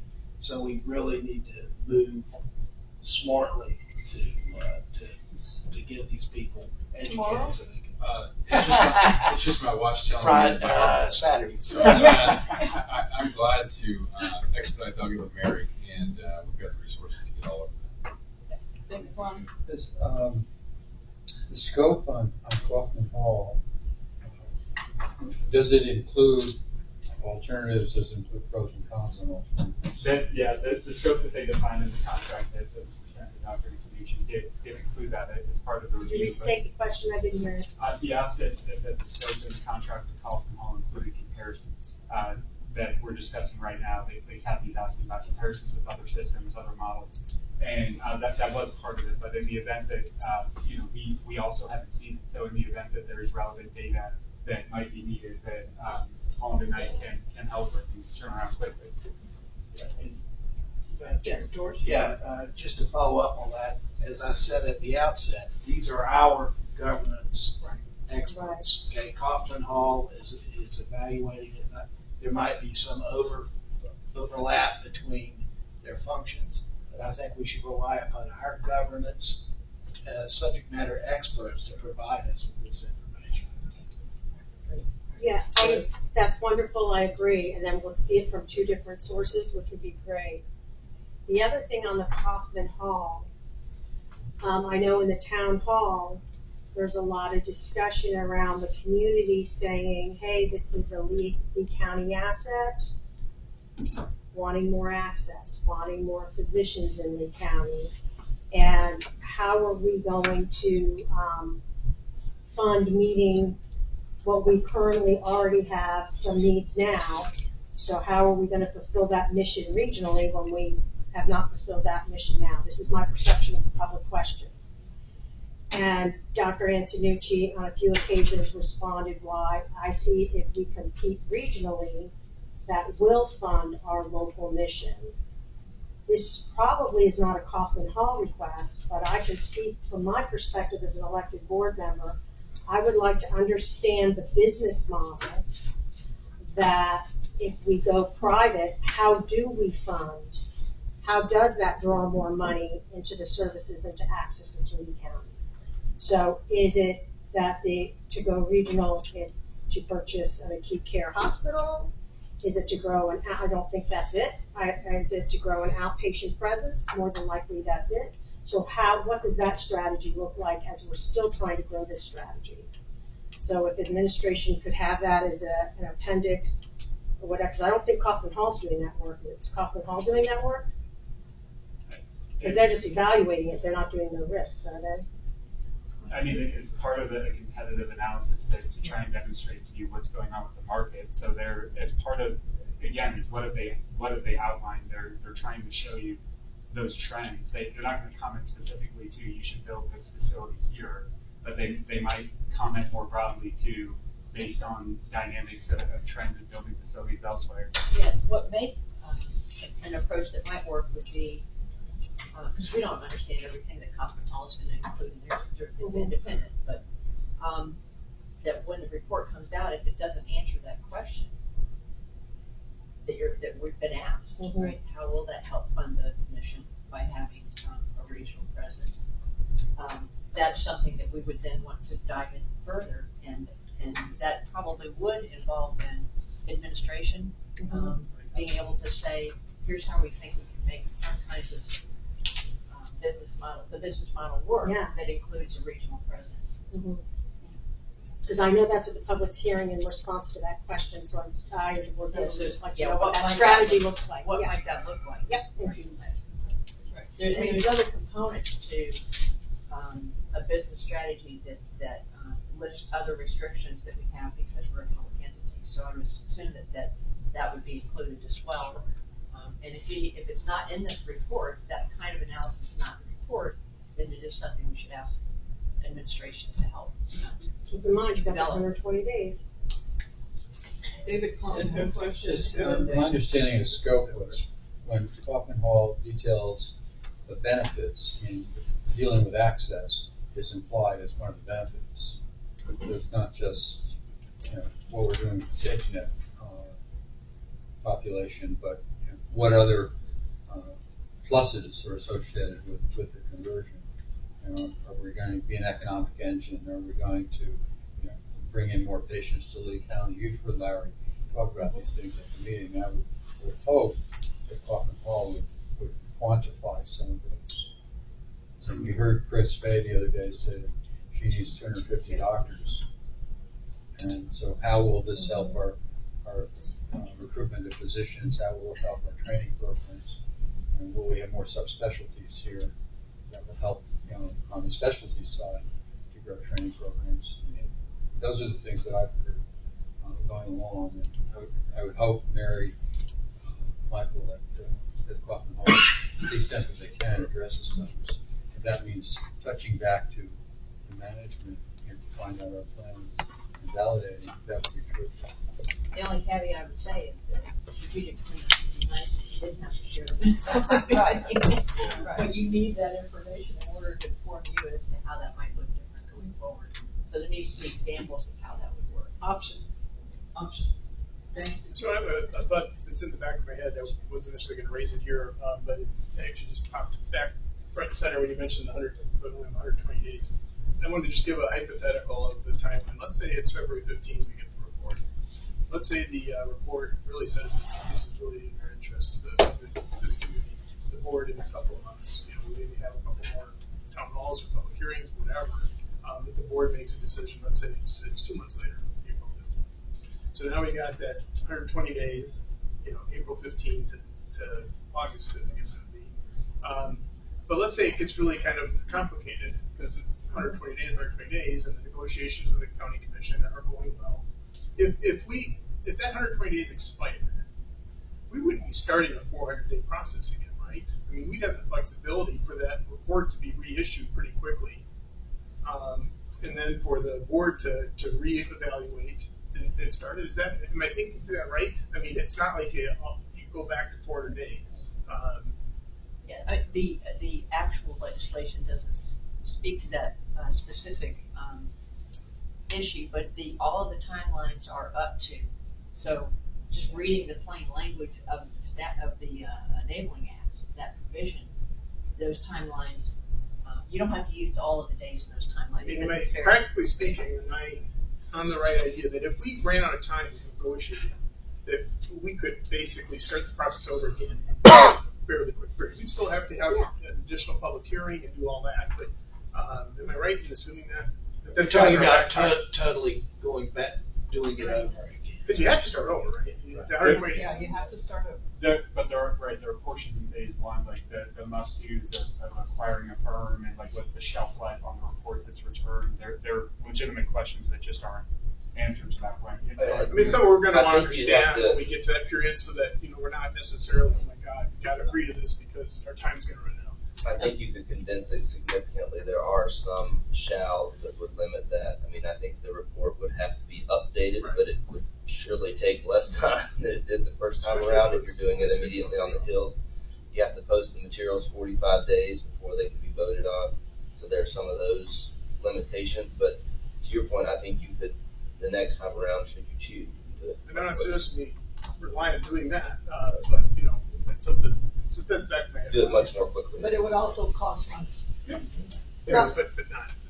There's a lot of resources put into this effort, so I hope we can But I do appreciate that point, because that was, if you all recall, was a bit of my frustration at the initial vote on this, because we voted, the first motion, if you recall, was to proceed with the evaluation. Then the second motion was to select the firm and the evaluating firm. And the law, it was to be for the board to select the third party, but because we ended up triggering the 120 days, we didn't get to go through that selection process as a board. No, that isn't what happened. You all gave the authority to your CEO to make the choice. It was Right. pretty cheap. Right, but it was because okay. So I had said, when the second motion came up, we should do a request for an RFQ for companies, right? And I had interpreted that the board would select, but of course we were comfortable in the motion to give Larry the authority to hire them. But if you recall, I had to pull the motion back because there would be no way in 120 days could we go through a request for qualifications to select Kaufman Hall. So the board did end up relegating that responsibility. Which is absolutely consistent with the language. Right. But had I had my druthers, Exactly. yeah. Exactly. So to your point, Dane, for us to stick to the 120, the board did give Larry that authority, which we were all comfortable with. But so I think if we don't hit the 120, we do re-hit it again. That's my interpretation. But to be clear, I believe we have the time. Yeah. Just, if we get in, because we're talking a lot of things here, and I think it's good we're talking about now to get an idea, get our head around it. Even though we know we still have an evaluation yet to look at very carefully, because that is going to be very critical. So I think what we're doing is going to help us make sure that we don't run into those issues. But who knows what we run into the Lee County Commission either. So. Right. Thank you. Okay, George. I think following up on what Dane said is exactly right. There's nothing that precludes you as decision makers from running parallel tracks. In fact, I would tell you that you haven't made a decision yet. You're still doing it. You're getting into issues that, from a logic sequence standpoint, should be probably in the later gates. But it prepares you to be able to move smartly when you hit those later. I'd be in favor of workshops every 2-4 weeks, all the way through, rather than a workshop every day for 3 months. So I commend the board on running parallel tracks, because you're preparing yourself to make those decisions as you get into the field. And we're also responding to the town hall questions in a Absolutely. timely manner instead of waiting till the report comes out. When it's still fresh in your mind. Right. And I think so the public can also have access to that. Absolutely. Michael, I think there's been a lot of healthy conversation regarding our preparedness. Any thoughts on the other side we go to the county with the enforcement agreement, and how we're gonna help them to move through this with the same dispatch that we are. So I think part of this, the benefit of this being a public process, is they're getting the opportunity to observe a lot of this, see the material, we're sharing it with them as soon as you all see it, it becomes available on the website. We refer them to it, they've had access to those community town halls, they've seen the news stories, we visited with them. But until we get to a point where you all elect whether or not you'd like to move forward, we're forming, right? And so at this point, they know as much as you all do, as much as the public does.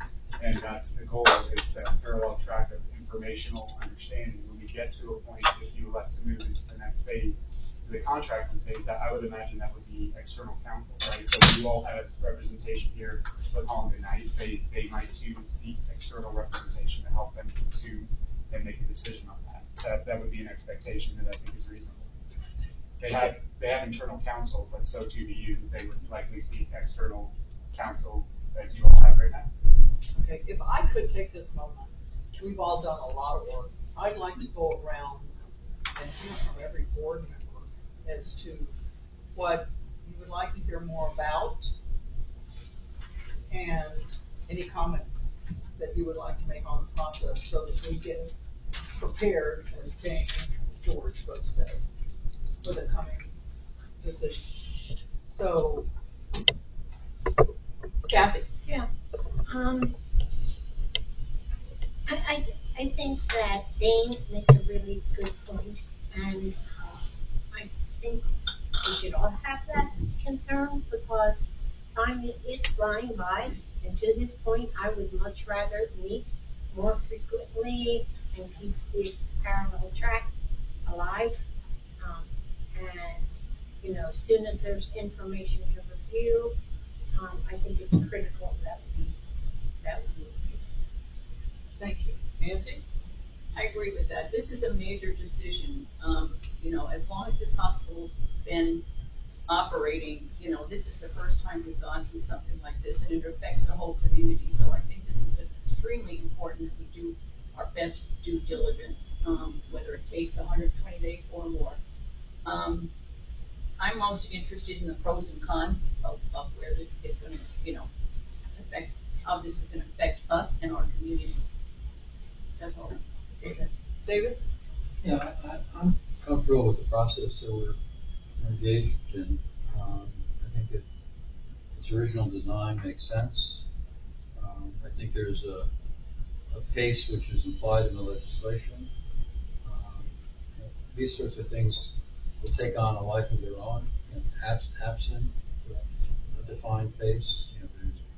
Work will expand to 15 at a time allocated. And I would urge caution and adding a lot more time, really thinking about, it's not to say we shouldn't get as smart as we can, we absolutely should, and if it means a million years we should do that. But to try to keep the issue alive, looking for that additional bit of information, that one more report, that one more case study, that one more alternative, like oversight monitor, things like that. I just worry that we're going to lose the full year that has been allocated, October 24th, whatever the final date was, and it will hit some form of restart. Why do I worry about that? I worry about that for two reasons. The first is that we're in an intensely competitive environment, and this is taking our attention and management's attention away from that. And the market's only going to get tougher, and not easier. And then I also worry about it from the other side. There'll be fatigue if we're trying to keep the county or others at the table, advocates at the table, sort of ad infinitum. And so, how do we find ourselves with enough discipline to get this done? By the way, if we do this, if we do decide to go forward, there's as much work on the other side of the conversion decision as there is getting to the conversion decision, whether it's contracts or governance or reports that we have to provide to the county or oversight groups. This is a huge, Nancy's comment, this is a huge undertaking. And so this distraction from the business will continue after that point as well. Michael, did the commissioners say they're interested in this endeavor here? And they're interested in learning more. I think everyone is. Because I was talking to a lady who was talking to one of the commissioners, and he says he's definitely against it. So I just wanted to know that he's talking out of one side of the mouth and doing something out the other side, like elected officials do. We're all elected officials. I can't speak to what they're having in private conversation. All I can tell you is that they're interested in learning more. Okay, good enough. Dave, thank you. Very naive question, locally in terms of the county commission, what is their, election cycle in terms of? It's staggered. It goes every 2 years, and so. No, I'm sorry. So they don't all get elected at the same time. And on the 2024 cycle, I believe 2 of them are on the ballot. It's 205. District 3. Well, one has no, yeah. No, right, because they won't show up on the ballot, which is why I'm being confused there. So I have 2 pretty specific thoughts and recommendations in terms of what we could do. So between now and evaluation report sheet, I think the things that would be helpful to really focus on if we have an additional workshop or 2, or just getting the material, is the stuff about other examples, the airline and other examples, because looking at their scenarios, we're probably going to learn, what were the pros and cons when they were evaluating it. The entity that didn't do it, what was it, and is that applicable to us? So I think that stuff would be really helpful. We can be doing that in advance of the evaluation, so that we kind of have that knowledge when we get to the evaluation.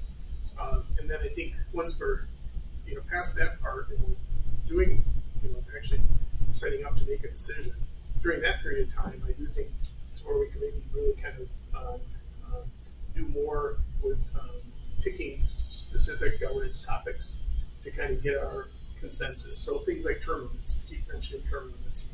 I think everyone thinks on the surface they're a good idea, but they also have, drawbacks. And they'll have that discussion. So we kind of start shaping out maybe what we feel about those types of topics, because that's going to have to be put together in that phase 3. We have to understand what our governance structure is going to be. So I think, it's early to be focusing in on hyper-specific topics relative to spending time understanding some of these other examples. So I think that'd be my thought in terms of the flow of things that we're going to have to spend extra time. Maybe first looking at other scenarios, other examples, and then a little further along, pick topics. We could have a workshop where we have 3 topics: term limits, board composition, whatever. What are your ideas about how frequently we do it? Our next workshop is scheduled for February the 15th. So we may or may not have a report by then. It would be nice if we did, and then we could add that to our existing knowledge. Did you want to have a workshop before then? I would prefer to have something between now and the report, especially if we could focus in a little bit more on other examples. Okay, thank you. David? Yeah, I appreciate everybody's comments down the line here. I echo a lot of what David Klein said with regards to the cadence. I too worry about the resources that we're putting into this, the T fees. I think right now, for me, the schedule as we've laid it out and deliberated and carefully thought through is appropriate. But I'd like to have the flexibility that, as needed things come about, we can notice a public meeting or public workshop or whatever and tackle that. I also would like to see, I think these town halls have been great, and I would like to, again, be considerate of the resources we're putting into it, but I'd like to see more town halls afterward. Right. And the question becomes, what's the difference between a town hall and a public hearing? George? It's not a requirement to have one. Okay. The only distinction, I think generally what you're saying is true, that as a practical matter, it does seem a lot different, but a public hearing, especially the public hearing that's set forth in the Statute. in the law here, is for the purpose of taking public testimony. The town halls, I think, of as more informal, and you can have education, you can have Q&A, you can have discussions. They're both public meetings, so the public can attend and the public can speak. But the public hearing is specifically designed to take testimony. With that said, the town hall that we put together are all great, but almost every single one of those dates had some sort of issue, conflict, weather, whatever. So I've gotten a lot of feedback that they would like another opportunity. And I know, David, you shared the same thing that I've gotten feedback from District 3 that got some folks down in the Medina Star area that couldn't get to this part of the town, so they would like something down there too. Okay, I appreciate your inputs on that because we're working on the schedule and we need, to make sure that we can address, and I think Mary makes a point. The next public hearing will be after our board meeting this month at 3:00 in the community room, and we will take public testimony at that time. Right? That's to meet the requirements of the process, right? Right. The phase Right. one. So it has to meet the statute requirements. Okay, so that is coming up. If we could maybe communicate that, and I'm sure the media will communicate that. Also, every town hall we communicated that, but then you're already singing to the choir because they're already there. Right. So I think it's important the public understand this is before the report. There will be additional public hearings after the report. Whether we decide to do a town hall versus a public hearing, you see the difference, and we can work on that. And I want your inputs at the next board meeting. Therese. To dovetail off of that, when we have public hearings, do we reach out to the media to let them know we're having a public hearing? So I would think the public hearing status may elevate it more to get the message out, because here we are already coming up on mid-January, and we've told the people that we're going to be having these town halls that have shown up, but I don't think it's on our website that we're having town halls after the report. So as soon as we can start that, set the dates for those town halls, we need to do that I know no pressure, like you have nothing else to do, but I agree with what you're saying. So just on that note, I'm kind of dovetailing off of Nancy's sentiment and what Dane was saying about the timeline. It is absolutely everybody I feel's goal to meet that 120-day timeline. If we end up having to go over it, it is the biggest decision this board has ever made. We are desperate not to go over it, but if we have to, we have to. I know we are cognizant of the use of resources, but once again, it's the biggest decision this board has ever been faced. So by having more town halls, whatever that takes, this is a big decision. So the only, those are just those comments. The other thing that's sitting back in the back of my head, and I know for Therese Everly sitting in this seat, I am hanging a lot on what that Kaufman Hall evaluation is going to look like. I am counting on it being detailed. What are the pros? What are the cons? What are the financial impacts? We have a lot of bond debt. We have, issued on as a governmental entity. We have bank loans that we get favorable ratings on. What is all that going to look like? What is the cost of our insurance premiums going to go up to for losing sovereign immunity? I'm looking to be able to analyze a document that in the end, I see the pros and cons. So I did push for a table of contents, because at first I was told, well, I'm not sure that's for Kaufman Hall. I'm not sure that's what we're going to have. I don't see how you can't have a table of contents on a document like this. So that's the only concern I have. I'm just hoping that Kaufman Hall document is what we all need to be able to hit that 120-day timeline to determine if we want to move forward with the county commission or not. Okay, well, we'll all get to comment on the report Yeah. when it is presented. So if there's more we want, that's the time to talk about it. And Dan, our only not elected board member. Kind of correct the record. Well, you're kind of my bylaws, and I'll be the policy and procedure. Yeah, sovereign immunity. I think when I talk to folks in the community, lawyers as well, Morgan & Morgan are probably going to have an influx of attorneys that come to town should we convert. But sovereign immunity, I'd really like to get down into the weeds of the process. Obviously, I work for an entity that doesn't have sovereign immunity, so I really don't know that. Do we know if Kaufman Hall is actually going to carriers, Mutual, Medical Protective, and getting a hard number for what that premium is? And I know it's very trivial and very difficult, but if we didn't have sovereign immunity, what is the outlook of potential claims that the hospital system would have? And I think it would be really wise, because I think providers are very scared to go through a process that doesn't have sovereign immunity, what that process would look like if they did commit medical malpractice from cradle to grave. Maybe make them feel a little bit more at ease. I think, for my own knowledge, I would just like to learn that process, and maybe you can talk about it right now. And then I have some other things too. Yeah, the only thing I'd say about, what the cost of premium would be is that's really the job of a broker, not the actual, right. Somebody like Kaufman Hall going to directly to a carrier. Absolutely. That's just not the way you get you can find Absolutely. premiums. Yeah. So they go to a broker that would. Right. So that information comes from our broker. Yeah. I lost my second. I think What it looks like from cradle to grave. That I'm not going to.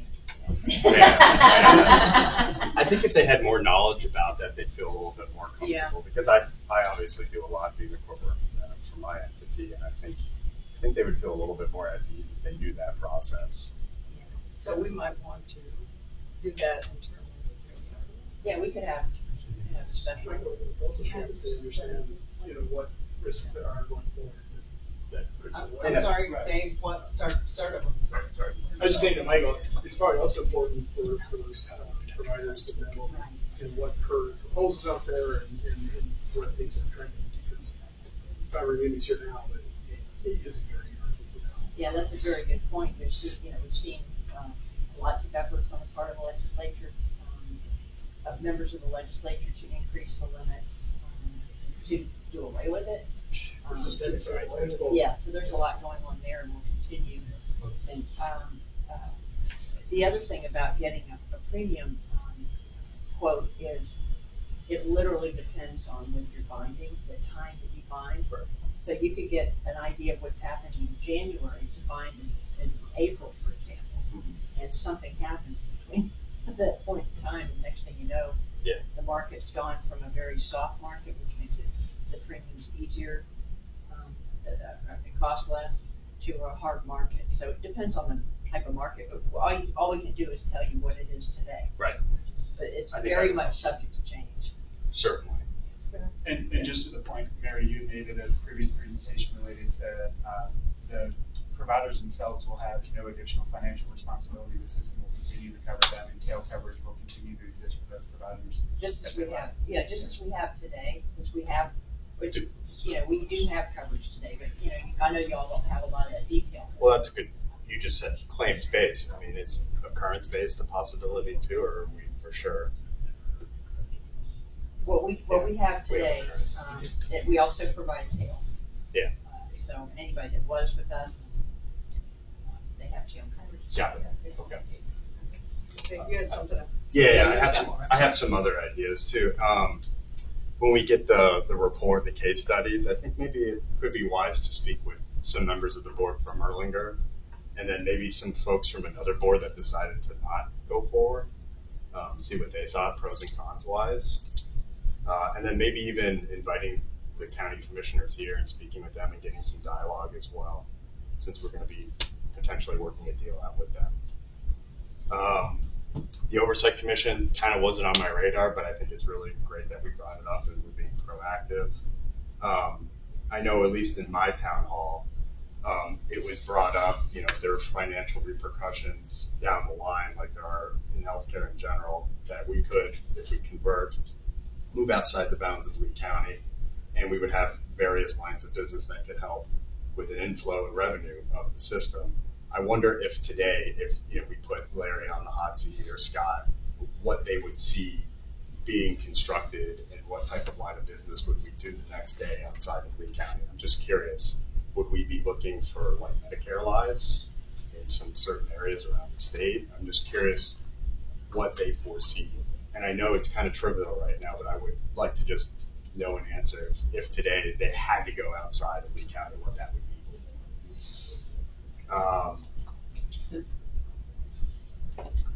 And then just in general, from what David said a couple months back, I'm just looking forward, if we don't move forward as a board and we pocket veto the 120 days, what inaction would look like going forward. Because I remember years and years ago, a former governor had certain animosity with our health system. So I do see that the legislature is moving away. So what they are saying is 100% truthful.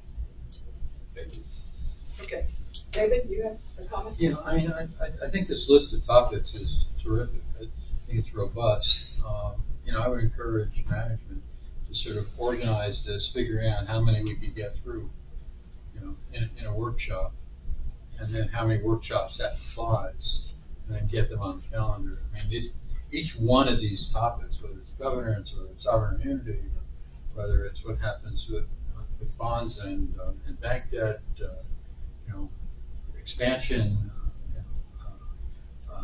what the terms and conditions of the enforceable agreement looks like, how they're going to be monitored, opposition of the oversight. So, I mean, this is an encyclopedia of issues, and to understand them, to understand the pros and cons of each.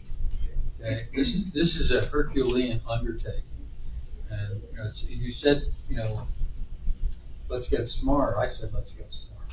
I mean, this is almost like a meeting every Friday through the rest of the year to walk our way through these. Each of these Thursdays, I don't care, it doesn't matter. Thursdays is my golf day. And I'm playing golf against that guy at some point. I thought you had me wearing it. I'm warming it up for you.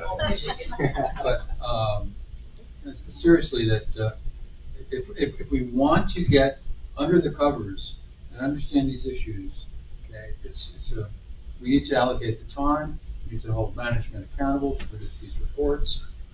Otherwise, at the end of the day, it's going to be a trust me type of situation. So, right. And some of this could be pre-read. I mean, this doesn't need to be a meeting. I mean, I don't agree with that. Not with this board. board. I said something. We're an elected body. George, except for that.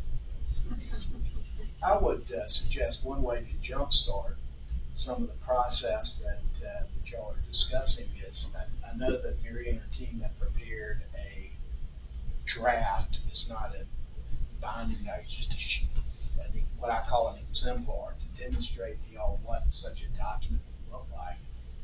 Articles of incorporation, just an exemplar of an articles of incorporation that you might want to see, right? Or basically an exemplar of bylaws, an exemplar of the mission statement. Have your subject matter experts take a whack at drafting those documents, circulating to you, which they would form a discussion starter basis for keeping the discussions organized and moving forward smartly. It would be like an outline of issues. You don't have to accept what's on the paper, but at least that's one issue that you need to consider. Nancy? I've heard, what I'm hearing is that we need to meet more frequently on this issue, from more than one person. So February 15th, you said, is our next one, but would you set out a timeline as to the number of visits as far as future dates, instead of just piecemealing it, February 15th, and then we're meeting another date, and then we're meeting another date? Okay, if you look at your calendar, you have dates for workshops every month.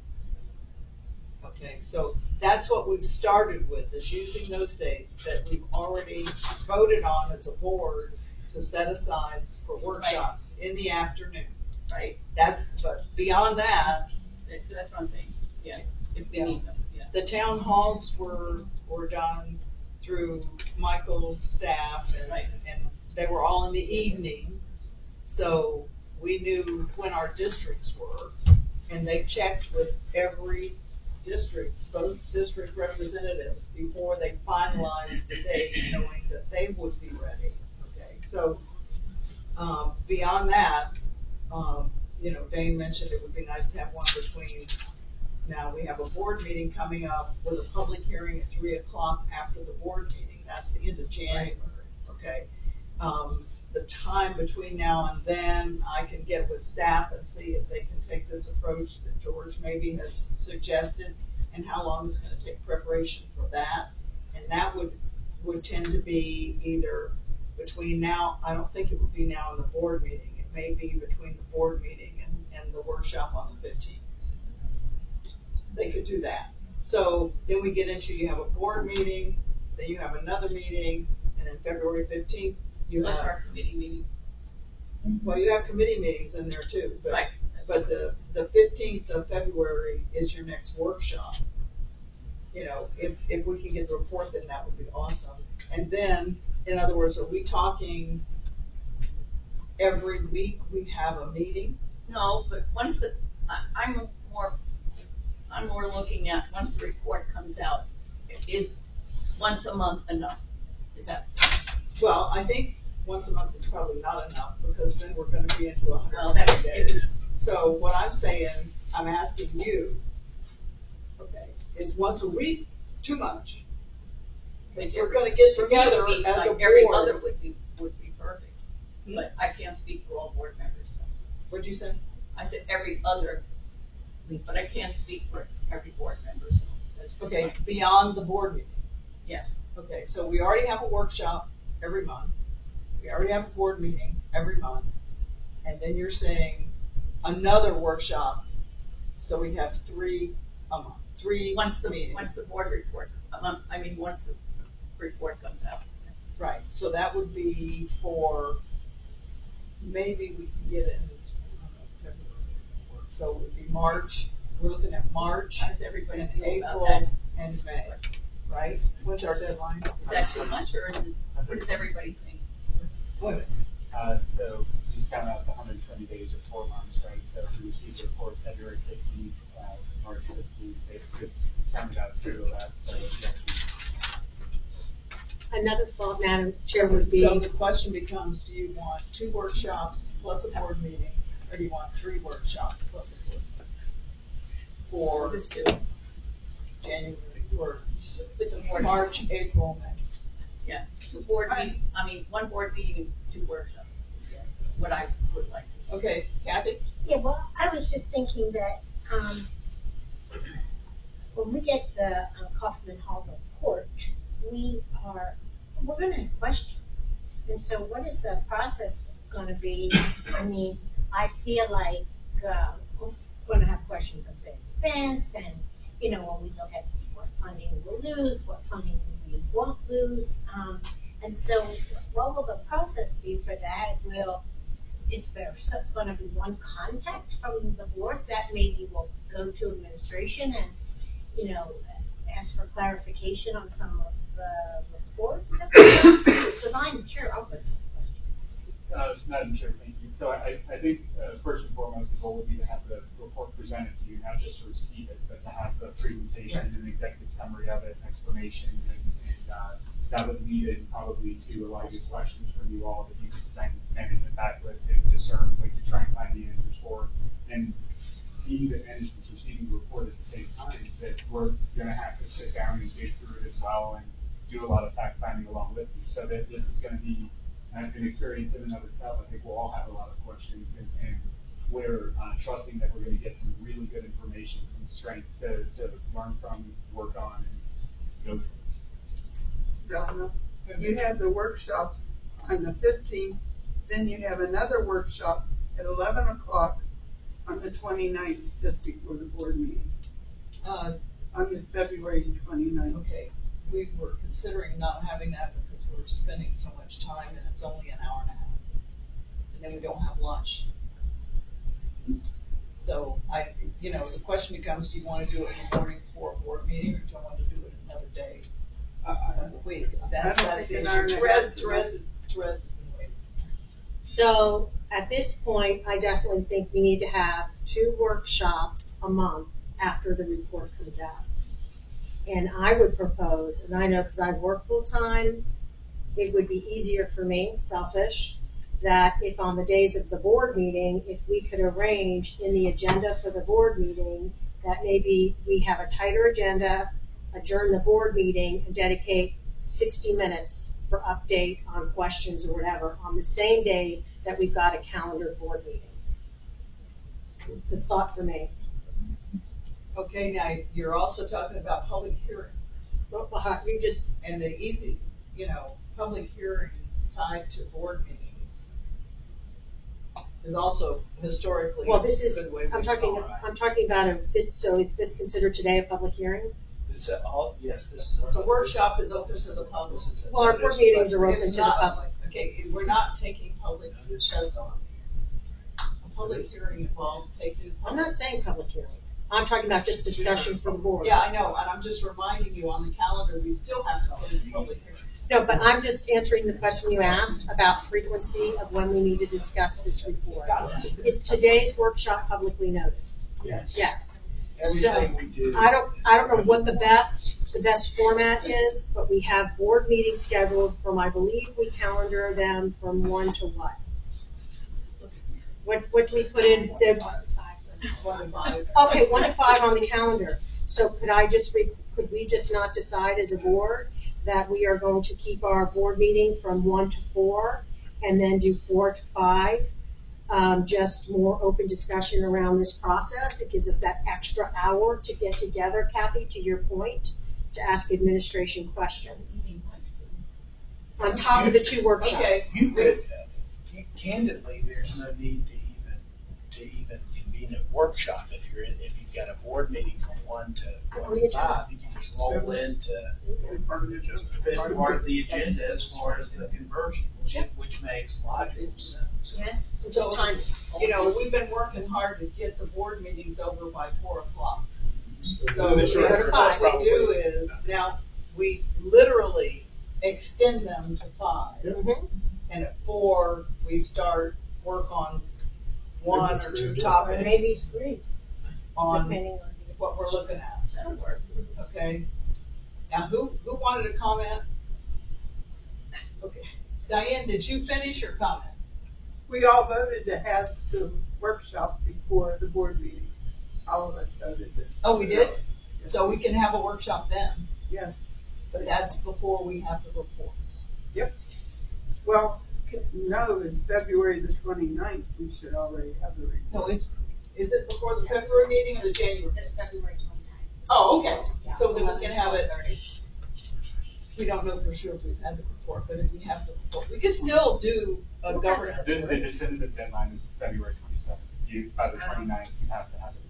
Right, right, so we could do a governance topic before, including lunch here and not going out to lunch. We have a 15-minute break between that workshop and the board meeting. Make it a working lunch. Yeah, that's what I'm saying, but we need a bathroom break, Nancy, 15 minutes, okay? And we don't need to sit, it's not healthy to sit that long. Yes, I know you reach a certain age, I understand. Right. Okay, let's hear from Mary. Yeah, I just think what's on the calendar now was placed on the calendar with Katie and board chair, just trying to get something on the calendar Right. for the year. So that was included in the calendar that government committee recommended to the board. Those are flexible. That we can change them. So if it makes more sense to do it differently, you don't have to do that. But it has been. The board did include it in its annual calendar. Okay, so the option becomes we could do it before the board meeting or we could do it after the board meeting. We're dealing with almost the same chunk of time. Dave, you had a comment? This question, I assume it's okay to make the request, whether it's achievable, I don't know.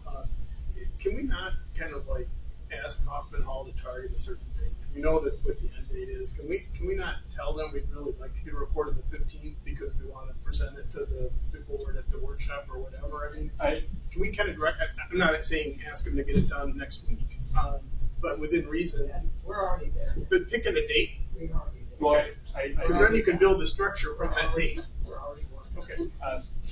Madam Chair, I think that based on everything they've heard from feedback from, because they did a lot of individual interviews, they heard from board members, administration, they've been listening in to all the internal town halls.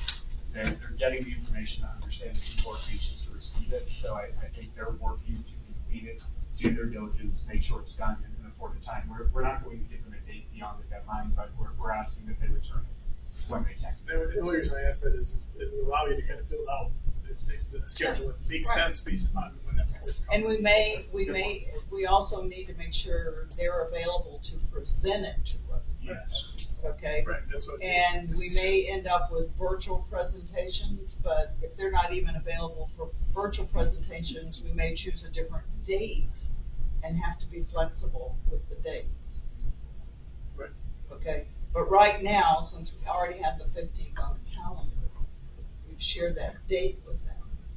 But Michael's working hard to coordinate, and because we want a presentation, they could like email it to us, but I don't think that's what we want. Lots of questions. Michael? Good? Chair, my hope is that when the report is complete, that they'll come into a meeting officially and just put it on the desk like that. That's Dang, fine. you got it. Walk out. Okay, George. Just to make sure that everyone's clear, I think the board desires to have the report delivered to it prior to the presentation, so they have an opportunity to review it. Right, and the issue of the presentation involves people for the presentation. Right. Yeah. Okay. David? George had referenced a work product that Mary was involved with, the templates for the various organizational documents that are required. I don't know if the mission agreement was included with that or not, but I would encourage adding early thinking on contents of the mission agreement. If there's an oversight monitor that's anticipated, having that document as well. I think if there's anything related to implementation, or what happens, post, assuming the deal goes through. If there's any documents that might be there, the amendments to existing documents, anything like that. I would encourage detailing those out as best you can, and then starting to think about the long poles in the tent. Which issues are likely to be the most challenging, and which ones are likely to be easily resolved. The long ones, my guess is some of the bond issues, some of the bank debt issues, sovereign immunity, IGT are going to be very long. Okay. Some of the others we will have some polarization on, but I think we'll get to answers pretty quickly. What happens to the existing board? How does it turn over to the new board? You can't argue about that one ad infinitum. It'll come together. I think once you have that list of issues, you can begin to sort of assign them, whether they're one and done or whether they're continuing issues that would exist over multiple workshops, and whether you need an hour session or a multiple hour session to get through them. And if we had that type of guidance from management, I think we can do a better job of sort of calendaring how many workshops we need. I would think as a matter of practicality, in the absence of that, we'd want to start to block time. And it's a gut feel on my part, but I would not be surprised if we were truly trying to develop understanding that we have to meet at least once a week, and we should begin looking for that. That's going to put huge pressure on us and huge pressure on management. but, you know, each one of these issues is very, very complicated. And just getting to the vocabulary understanding of it is going to take a long time. So it starts with, you know, George and Mary and Tracy and Michael laying out that, you know, the list of things that we need to go through, and then is it 1 hour or is it a 3-hour issue? Okay. Any other comments on this issue of time? Well, the only time is I have to get out to a town hall in Sanibel. So, and I think there's a few of I us, think so. several of us have to do that. Yeah. We still have a little bit of time. Okay, so enjoy your next 2 weeks. If they'll do it another holiday. And then we have a board meeting with a public hearing at 3 o'clock. It's already been noticed at 3 o'clock, and hopefully it will be finished by 5. But with a public hearing, you try to hear everyone who shows up. And what you do is you limit the time you allow them to speak, so you can hear everyone that shows up. Madam Chair. Yes. One other point about the public hearing versus the town hall. We need everybody there, okay? In other words, we need a quorum at the public hearing. We've had approximately 4 to 5 directors at each of the town halls, so y'all are getting complimented on that, but we really need a quorum. We're gonna be here.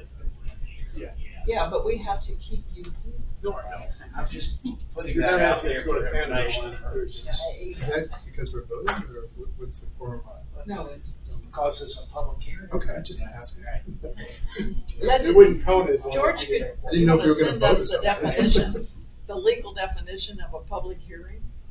Have we landed on public input? Are we saying there's gonna be 2 hours for, public input, and depending on how many people sign up when they walk in, how many minutes they get to speak each? Right. So I'm gonna leave that to you, George. I know you and Mary will figure that piece out, but we definitely need to have some type of a structure. We don't want somebody standing up there for 30 minutes, and then all these other people don't get a chance to speak, and we don't want it to go like that. In that regard, what is the board, what does the board, feel would be appropriate period of time for them to comment?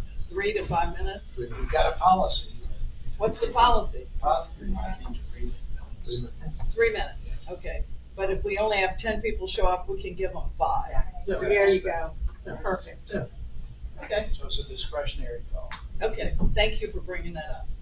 Okay, so there will be more to come on the schedule. We'll be working on that. I appreciate all your inputs, and relax, enjoy your committee meetings, and we'll see you at the board meeting, if not before. Thank you.